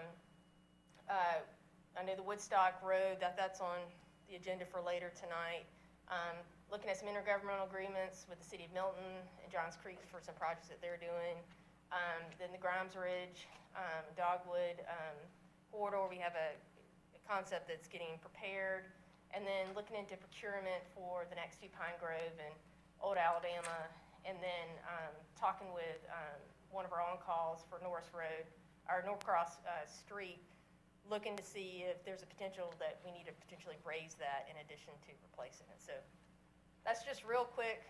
Any questions? Hopefully I didn't talk too fast for anybody, but that's what I got. Thank you so much, and we appreciate you being here this evening, you and your team. Questions from, yes, Mayor Wilson? Yes, sorry. Is, Nikki, are you, and I'm sorry, this is to be granular, are you using on the building block utility coordination, are you already engaged, for example, on Mimosa, on the early and consistent utility engagement process? Have we used that? Are we using you on that? Has that been part of that process? Not on Mimosa yet, so we have not invested in that aspect at this point in time. Has there been any conversation around that, Dan? Just because I'm thinking about Mimosa, that to me just jumps out as an example of where there's massive ignorance on our parts, understandably so, and the investment there to actually ascertain what we've got versus what we need to do. It's certainly something that we're ready to do. In fact, I believe we've had some conversations with surveyors related to the cost of doing subsurface utility work on that, but we have not engaged Atkins specifically in that thus far, and we haven't turned anybody loose on collecting the data. Second question, on the last page, maintain project documentation and cost management. how transparent is that process to, for example, Randy, myself, council at this juncture? Are we able to see any of this? At this point, we don't have any of that, but yes, it would be fully transparent as we get it rolling for our T-SPLOS 2 program. On T-SPLOS 1, it is all available, and we are reporting that, but not in a particularly digestible format in our monthly updates. Is there, Randy, have you had access to that? You've been looking at any of this We're stuff? talking about monthly updates provided here in the committee documents, transportation information documents. Okay, but like, for example, Atkins is on T-SPLOS 1 right now, That is correct. currently, right? So there should be not only maintaining project documentation, but cost management on each one of those pieces of T-SPLOS 1 that we could look at and say, there should be a simple digestible understanding of where we're at, what's being done, and what the cost is vis-a-vis related to the purported cost? I think, yes, that's fair, and yes, we can do that. However, we did not assign Atkins in a similar way during T-SPLOS 1, so they were very project-based. Okay. T-SPLOS 1, and they did not have as much of what I would call an overall reporting responsibility. Is that fair, Yeah. Nikki? It was a project by project basis. As far as construction, we started Rucker, but we didn't finish it. So we've got some documentation from it. That was because of COVID, and y'all needed to keep your people busy, so obviously you took us off, so. It wasn't because we were bad at our job. I will confess to knowing almost nothing about what you just said. Sorry. And if I may, Yes, sir. one thing, I think, the impetus for this going forward is to ensure that on a consistent and regular basis, on each project, information is readily accessible, available, especially to the mayor and council and, of course, to the public, in a digestible format. Obviously, there'll be layers to that in terms of additional detail on each project that should be accessible by the mayor and council at any given time. And then hopefully, I'm sure that there will be ongoing and periodic updates, if you will, to the committee, transportation committee, on a regular basis, be that a quarterly basis or whatever the desire is for the committee, to ensure that there's an overview of all projects per T-SPLOS brought to the committee and also for public consumption. Yeah, Randy, thank you, sir, because Nikki, you just said a mouthful, and I hate confessing massive ignorance on something that sounds really important, of which I know nothing of. That's quite an embarrassing position to be in as the mayor of the city. And I'm wondering, oh boy, what up, Michael, are you up to speed on this? I think it's definitely helpful to be having updates like this and hearing more tonight and throughout the process, and making sure the Transportation Commission is involved. Yeah, well, I think, and that's my question about, it sounds like part of this process of engaging Atkins is to improve our reporting processes and transparency, and as the elected representatives of the people of the city of Roswell, that they can be accountable, knowledgeable, actionable, and obviously not to get in the way and interfere, but to ask good questions, understand the process, understand the status, and be able to be accountable as well as holding accountable. And like I said, you just said a mouthful. Like I'm sitting here like, oh my gosh, I have no idea what you're talking about. Well, that's why you guys pay us, so that we can kind of understand that, and then hopefully, like you said, we'll be able to get it to you in a more digestible. I think Dan knows me better than that. We 100% agree with the reporting and accountability that you're striving for. Yeah. I think one of our first tasks is gonna be looking at dashboards and how these reporting things are gonna be, so. Right. Yeah. And I would certainly. Thank you, sir. Along the way, as T-SPLOS 2 begins to unfold, that if there is a desire for frequency of formal updates and/or the types of information that'll be disseminated to us on a regular basis, that we certainly want to hear that feedback from the mayor and council, because ultimately we want to ensure that you are in a position to have the information provided to you, and of course the public has that information available to them as well. Yes, Councilmember Morthland. So you brought up a good point just a couple of statements ago about the Transportation Commission and getting this information over to them. Is this information coming to your office and then you would then turn that information over, or does it come through mayor and council and then it's up to us to turn it over to the Transportation Commission? Can you expand on that real quick? Mayor Wilson. Well, that purview is mayor and council. So the purpose of the Transportation Commission is to advise and consult to the mayor and council on the resident's perspective on transportation matters. It would be my view that obviously there ought to be a process where that can be facilitated. I think you're asking a great question of some pieces that we have not fully figured out on the transfer of information. But the way it's set up currently is that the Transportation Commission requests information from the Transportation Department. And there's a timetable of which the Transportation Department gets information back to the Transportation Commission. So you would bring up a good point. If there's some processes that can be ongoing transparent and ongoing viewable, that there's certain people that have access to those, obviously staff in their respective roles, elected officials in their respective roles, and then however the elected officials determine that information needs to be transpired to the Transportation Commission. So I think that honestly is more of a policy question that ought to be answered by mayor and council, with all due respect.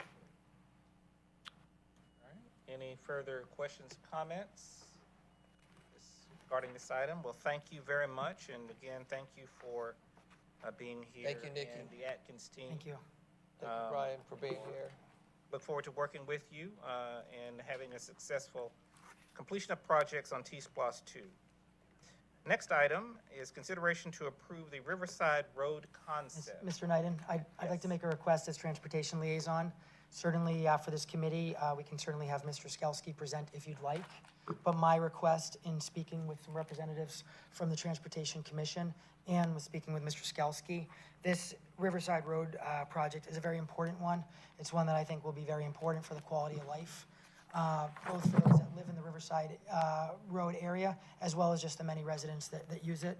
But it is also very complex and has a lot of details to it. It has multiple roundabouts and different details. And I'd certainly feel more comfortable if given the complexity, because again, this is not just widening sidewalks, this is truly making some major changes to the road, if we could actually defer this to give time for the Transportation Commission to review and provide their insight. And so I'd be requesting that we defer this to the August Transportation Committee and give the Transportation Commission the deadline of, I believe it was August 12th, to provide any information that the council should be viewing at that committee meeting by August 12th. So that's my request. Certainly, it's up to this committee to decide.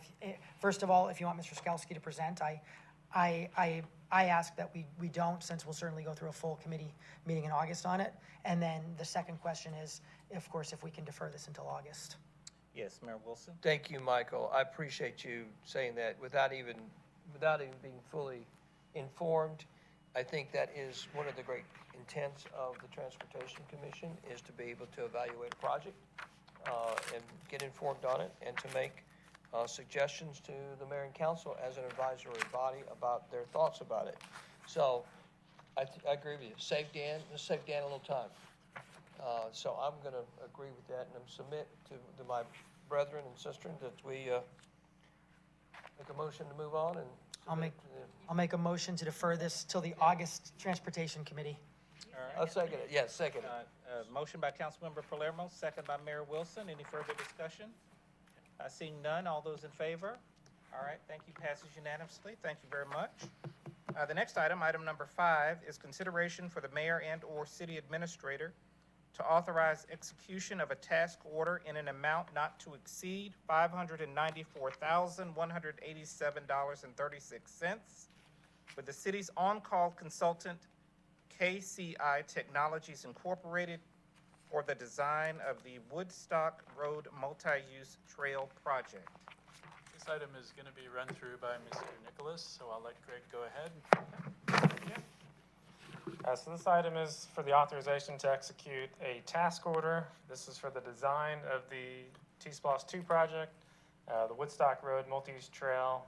The limits are from Highway 92, Crossville Road, to Canton Street. It is approximately a 2.5-mile corridor. The scope includes survey, concept, preliminary design, and final design of an 8 to 10 foot multi-use trail. During the scoping of this project, the consultant and staff did walk the entire corridor. There was a question, which side of Woodstock Road the trail was going to be placed on. Right now, we are proposing the trail to be on the west side of Woodstock Road from Highway 92 to Roswell Area Park.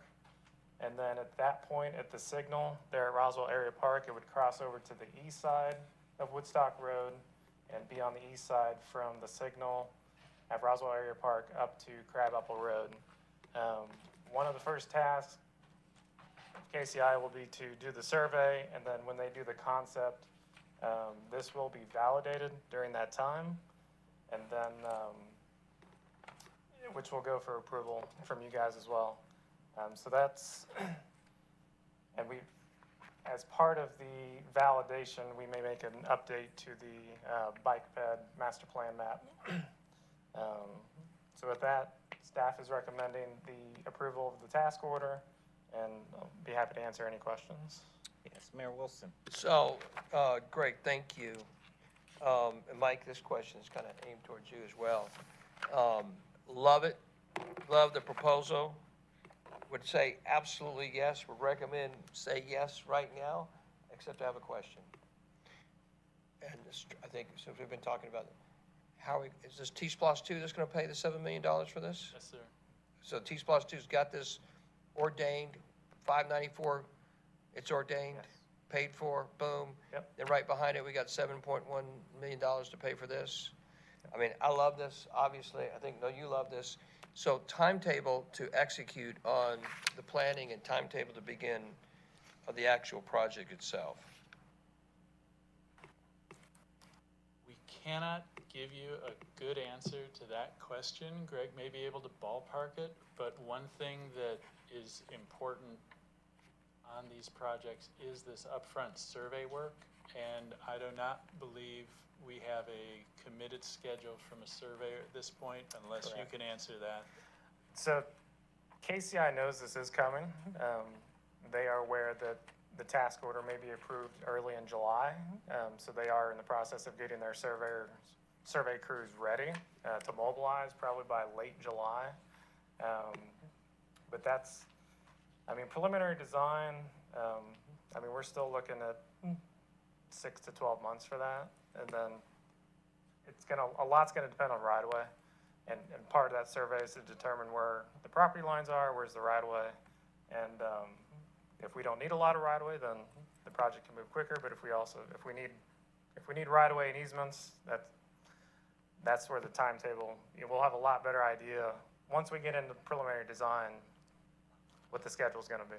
And for reference, just context, this cost is roughly 50% devoted to the survey and subsurface utility discovery, and we will know a lot more once we have that data. And one other comment I want to make is that this corridor also is a corridor that Environmental Public Works has an interest in potentially routing a water line down as part of their improvement program long-term.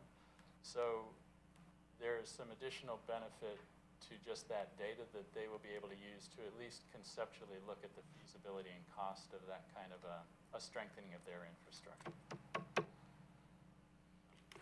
Well, that's pretty seductive stuff you just threw at us, Danny. If I can't give you a date, maybe I can give you something else, sir. So are you saying that the would start in 6 months potentially? Best guess scenario, best case guess? Let me just. Talking about the consulting side of this. The consulting side could start with the concept work, but the data collection phase that we're talking about with the survey really needs to get done before they can really do much significant decision-making for you in that concept development? A year from now, beginning July 1st, 2023, will the concept of this be done Yes. completely? Absolutely. And then how far away will we begin from beginning construction at that point? That's dependent on the right of way. We'll have a lot better idea, I would say even 6 to 9 months from now, when we can kind of set that time frame for when we can get to construction. That's fair. Okay. All right. Yes, Councilmember Hall. This is just a general question because we may see this with other projects as well. Given how hard it is to get on people's schedules and given the amount of projects that we potentially have and have with T-Plus, are we adding on-call contractors? You go ahead. Yes. Great. Yeah, our on-call contracts were actually up in July.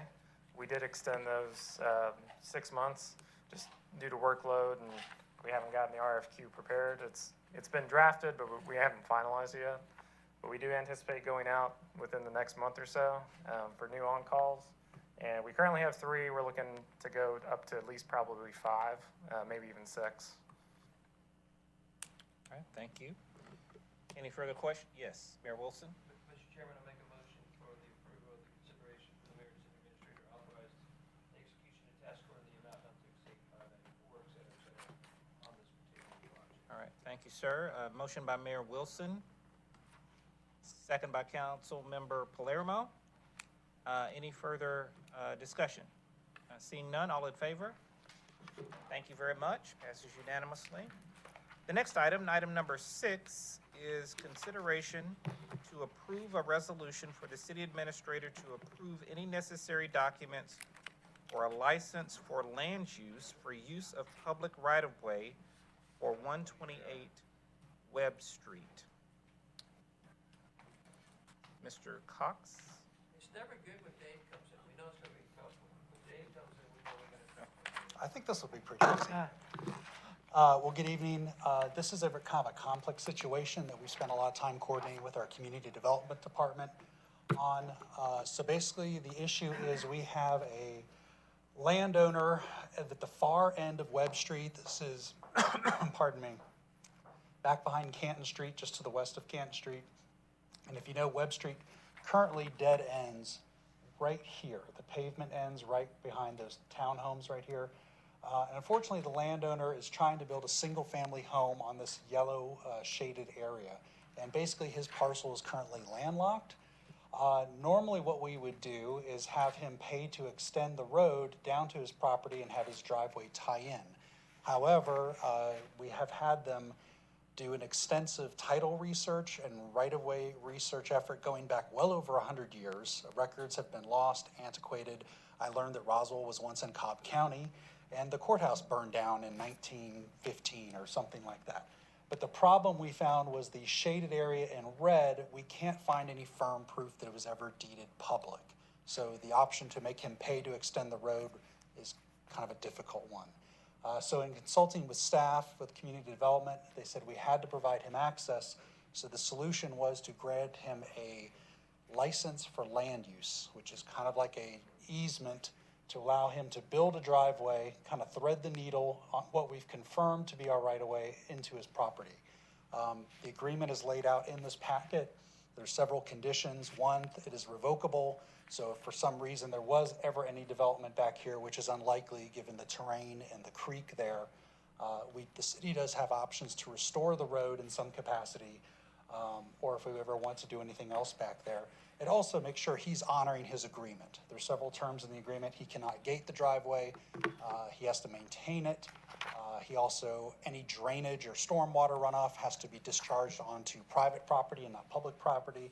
And then also the most important thing is the red shaded area in front of his property, he will officially deed to the city, so it'll tidy up those it'll tidy up those records that are rather antiquated. So the motion would be for the city administrator to, excuse me, basically to enter into an agreement with the city to allow him to build a driveway on a revocable land lease, or how do I say this? It's not a land easement, a license for land use is what we call it. So with that, I'll yield for any questions. Councilmember Hall, I think I saw you. You did.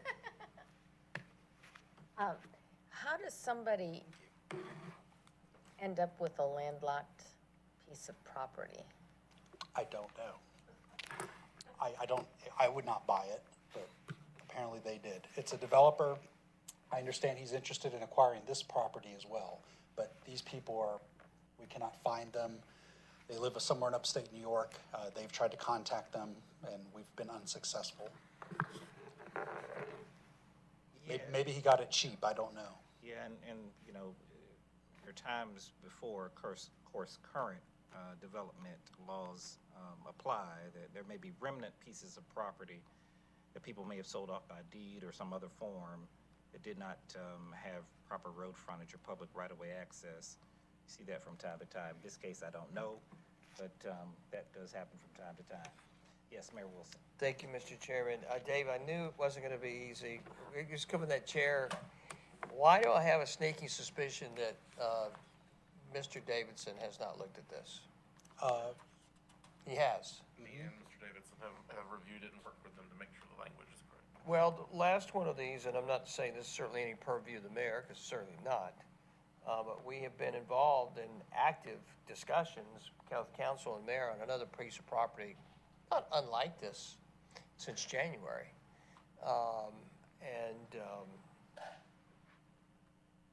I'm curious why this one didn't come to us to discuss beforehand, and not in a public matter.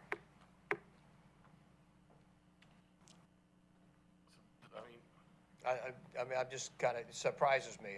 It's not dissimilar pieces, not dissimilar questions. And I think the inconsistency of the approach concerns me. So if I could maybe. Yes. If I understand what you're saying, I think what he's come to you before is when we had pieces of property that we were wanting, that somebody was wanting to buy from us. Is Yes. that what you're? No, we have another piece where we're being asked to do something on a road. That's next. Yeah. And so, and one of the reasons this is a pretty unique situation. This other one is too. Yeah, and so this license for land use, the reason it's termed that way is because a license can be revoked. So we're not selling it to them, it's not anything permanent, it's something that we can revoke from them, that's why it's termed that way. Is there any road gonna be built? No. And they're deeding land to us? Yes, because we want to correct the old records we cannot verify. So the plan would be, if this is approved, he would donate the red portion to the city to make sure it is officially public. And we would ask that for any of these other parcels that ever come in for development, just to clear that up. Okay.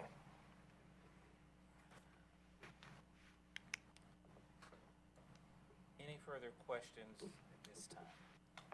Yes, Councilmember Palermo. Thank you. So I know you've mentioned we always have the ability in the future to revoke the offer, as you mentioned.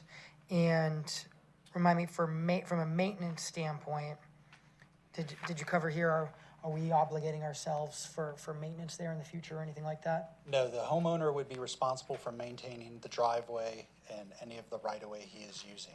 Okay. The one that I just want to point out, you said if we do revoke it, we still have to provide him access to his property in some form or fashion. So that is something. But so as for the maintenance though, so it's gonna be completely clear in an agreement that they're responsible for the maintenance and the city is not responsible for the maintenance? Yeah, that's correct. And we also checked very carefully on any stormwater issues where the road currently ends. There is a catch basin right here, and we made it very clear in the agreement that the city's not responsible for clearing debris or rubbish that might accumulate at the bottom of the street or on his driveway. So I expect to support this tonight. I don't know if the majority of the committee will support it, but if the majority of the committee does support moving this forward, I'd ask that at the council meeting, we definitely see the agreement to make sure that it's covering any and all possible concerns. Yeah, I'm going to recommend this be denied this evening, and that this conversation needs to take place before we get to a committee meeting. This information needs to be brought by the city attorney's office, the transportation department, and at the very least to the mayor, and to the city administrator, to respective council people. And the first time I see this, or the respective council people, does not need to be in a public committee meeting. So I hope that doesn't happen again. Yes. And I'm sorry, go ahead, Mayor. Yes, Councilmember Hall. While we're here, I have a question about the green area, that's the public row. So right now, the public can go all the way back to the back, and I imagine that was planned to be an extension at some point where the green, There's a subdivision right here.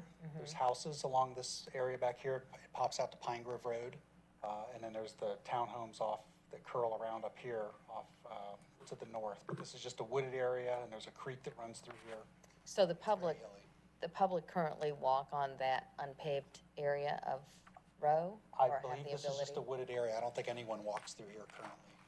Because it just feeds into people's backyards, and there's not a lot back here. There's no public use at this time. Yes.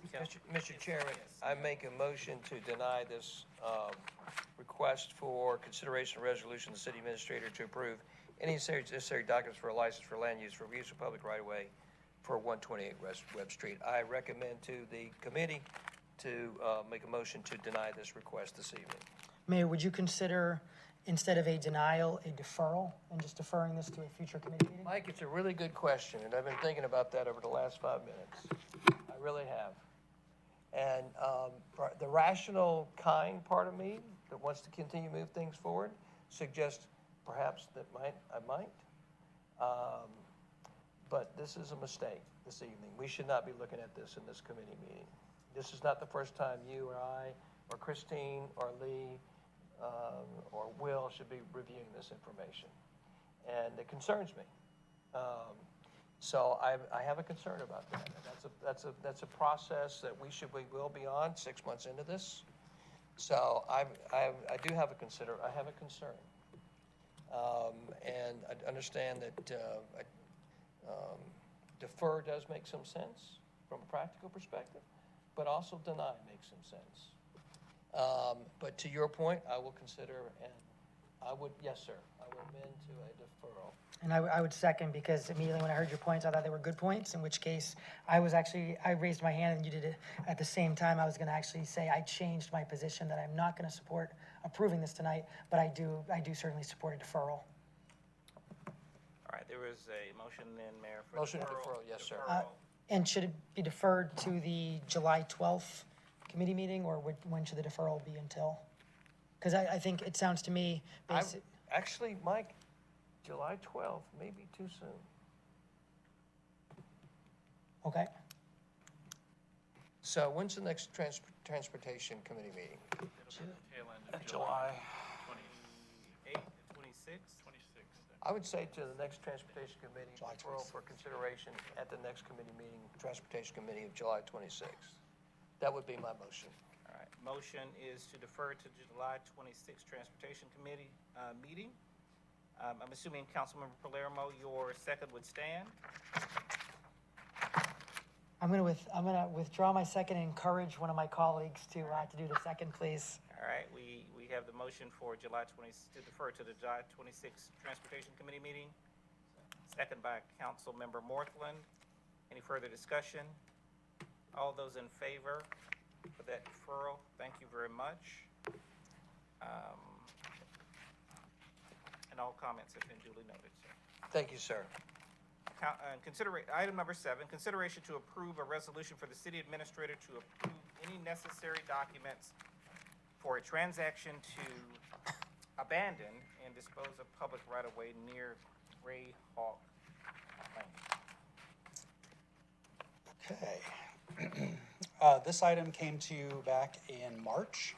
At that time, council advised staff to pursue the negotiations with the homeowners to seek a disposal and abandonment of the property located just off of Greyhawk Lane. This is over in East Roswell. Basically, when this neighborhood was developed by the developer, our code required they input a spur link to connect to an existing road located in Martin's Landing. We did an appraisal back around the holidays, and it came out to be $17,600. And per state law, we had to notify any adjacent property owners in addition to the property owner making the request for the land. When staff went out and talked to them, both parties were interested in acquiring it, so we have broken this up into a 50-50 split, and both have agreed to pay $8,800 each for the two shaded portions of property on the screen. They also have signed binding agreements to commit their funds if it is approved by the mayor and council at an upcoming council meeting. One other thing I just wanted to add in regards to the road or connection to Martin's Landing, during our research, staff did find that we abandoned a small piece of right-of-way corridor back in 1998 on the Martin's Landing side, so the connection is already severed from the property standpoint.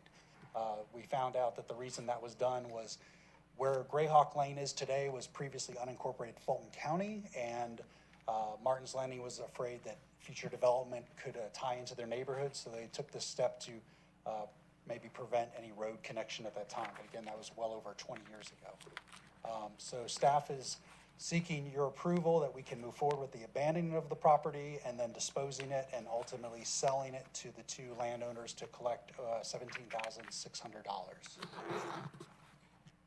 And I'll yield for questions. Yes, Mayor Wilson. Okay, Dave, who's doing all this work in transportation that seems so detailed, like around the lines of property acquisition and legal? I mean, do we have a department of people that do that? You're looking at it. That's what I mean. I knew you were Other gonna say duties that. as assigned. I knew you were gonna say that, and so I'm gonna submit to you, what an incredibly poor waste of our resources. I mean, you're a man of significant talent, skill, and surely in our city, we should have processes where we're not utilizing the talents of yourself to negotiate $20,000 deals. I can't imagine how much time you put in this. There wasn't much negotiating, sir. The appraisal came in at this amount, and the guidance we received back in March was to offer it to them at the appraised amount and not make any concessions on the price. Okay. Yes, sir. Yeah. Sorry, Mr. Chairman. And this was something that this council has received and discussed and really around that guidance. And I want to kind of reiterate the points that I made before, which is typically I'm not supportive of abandoning right-of-way. However, this situation, the combination of one, it's not even a through right-of-way because the city does not currently own the property right there as found. And two, I was involved in the rezoning on the south side where the new neighborhood. And at that time, it was very clear that there'd be no interest or support for going through. And again, even if there was, the city doesn't own the property. So given the guidance that was provided in the past and the discussion that we've had, this time I would support it. That being said, I fully agree with the mayor's points that although it is certainly quick, given just the guidance that it's whatever the appraisal is and not a penny less, at the same time, do want to make sure that at all times, staff resources are really working on the priorities and really what is going to give the biggest wins to the residents. You're one of the most talented people we have in the city. You're a high-level traffic engineer and manager, aren't you? I'm not a traffic engineer. I have no engineering training, but thank you for the compliment. Absolutely. Well, that wasn't meant as a compliment. It was meant to your background. You're a significant person and have a significant understanding of very sophisticated traffic mechanisms in the short time I've had. It just seems to me like, wow, our city's got you working out. Yes, sir. If I may just say, in Dave's defense, we have distributed a lot of work since the deputy director position has been vacant. Yep. Economic development coordination has been one of those things that Dave has taken on at my request and at his reluctant acceptance. So we have been working with legal during the process, and again, appreciate and actually agree 100% with your commentary about his expertise and where his attention is devoted. We have limited resources to cover the topics that have come up, and we're doing the best that we can with it. That's the point, exactly, limited resources. We have limited resources, and it doesn't make sense that the limited resources, particularly at a high level, are spending time on this. Duly noted, sir.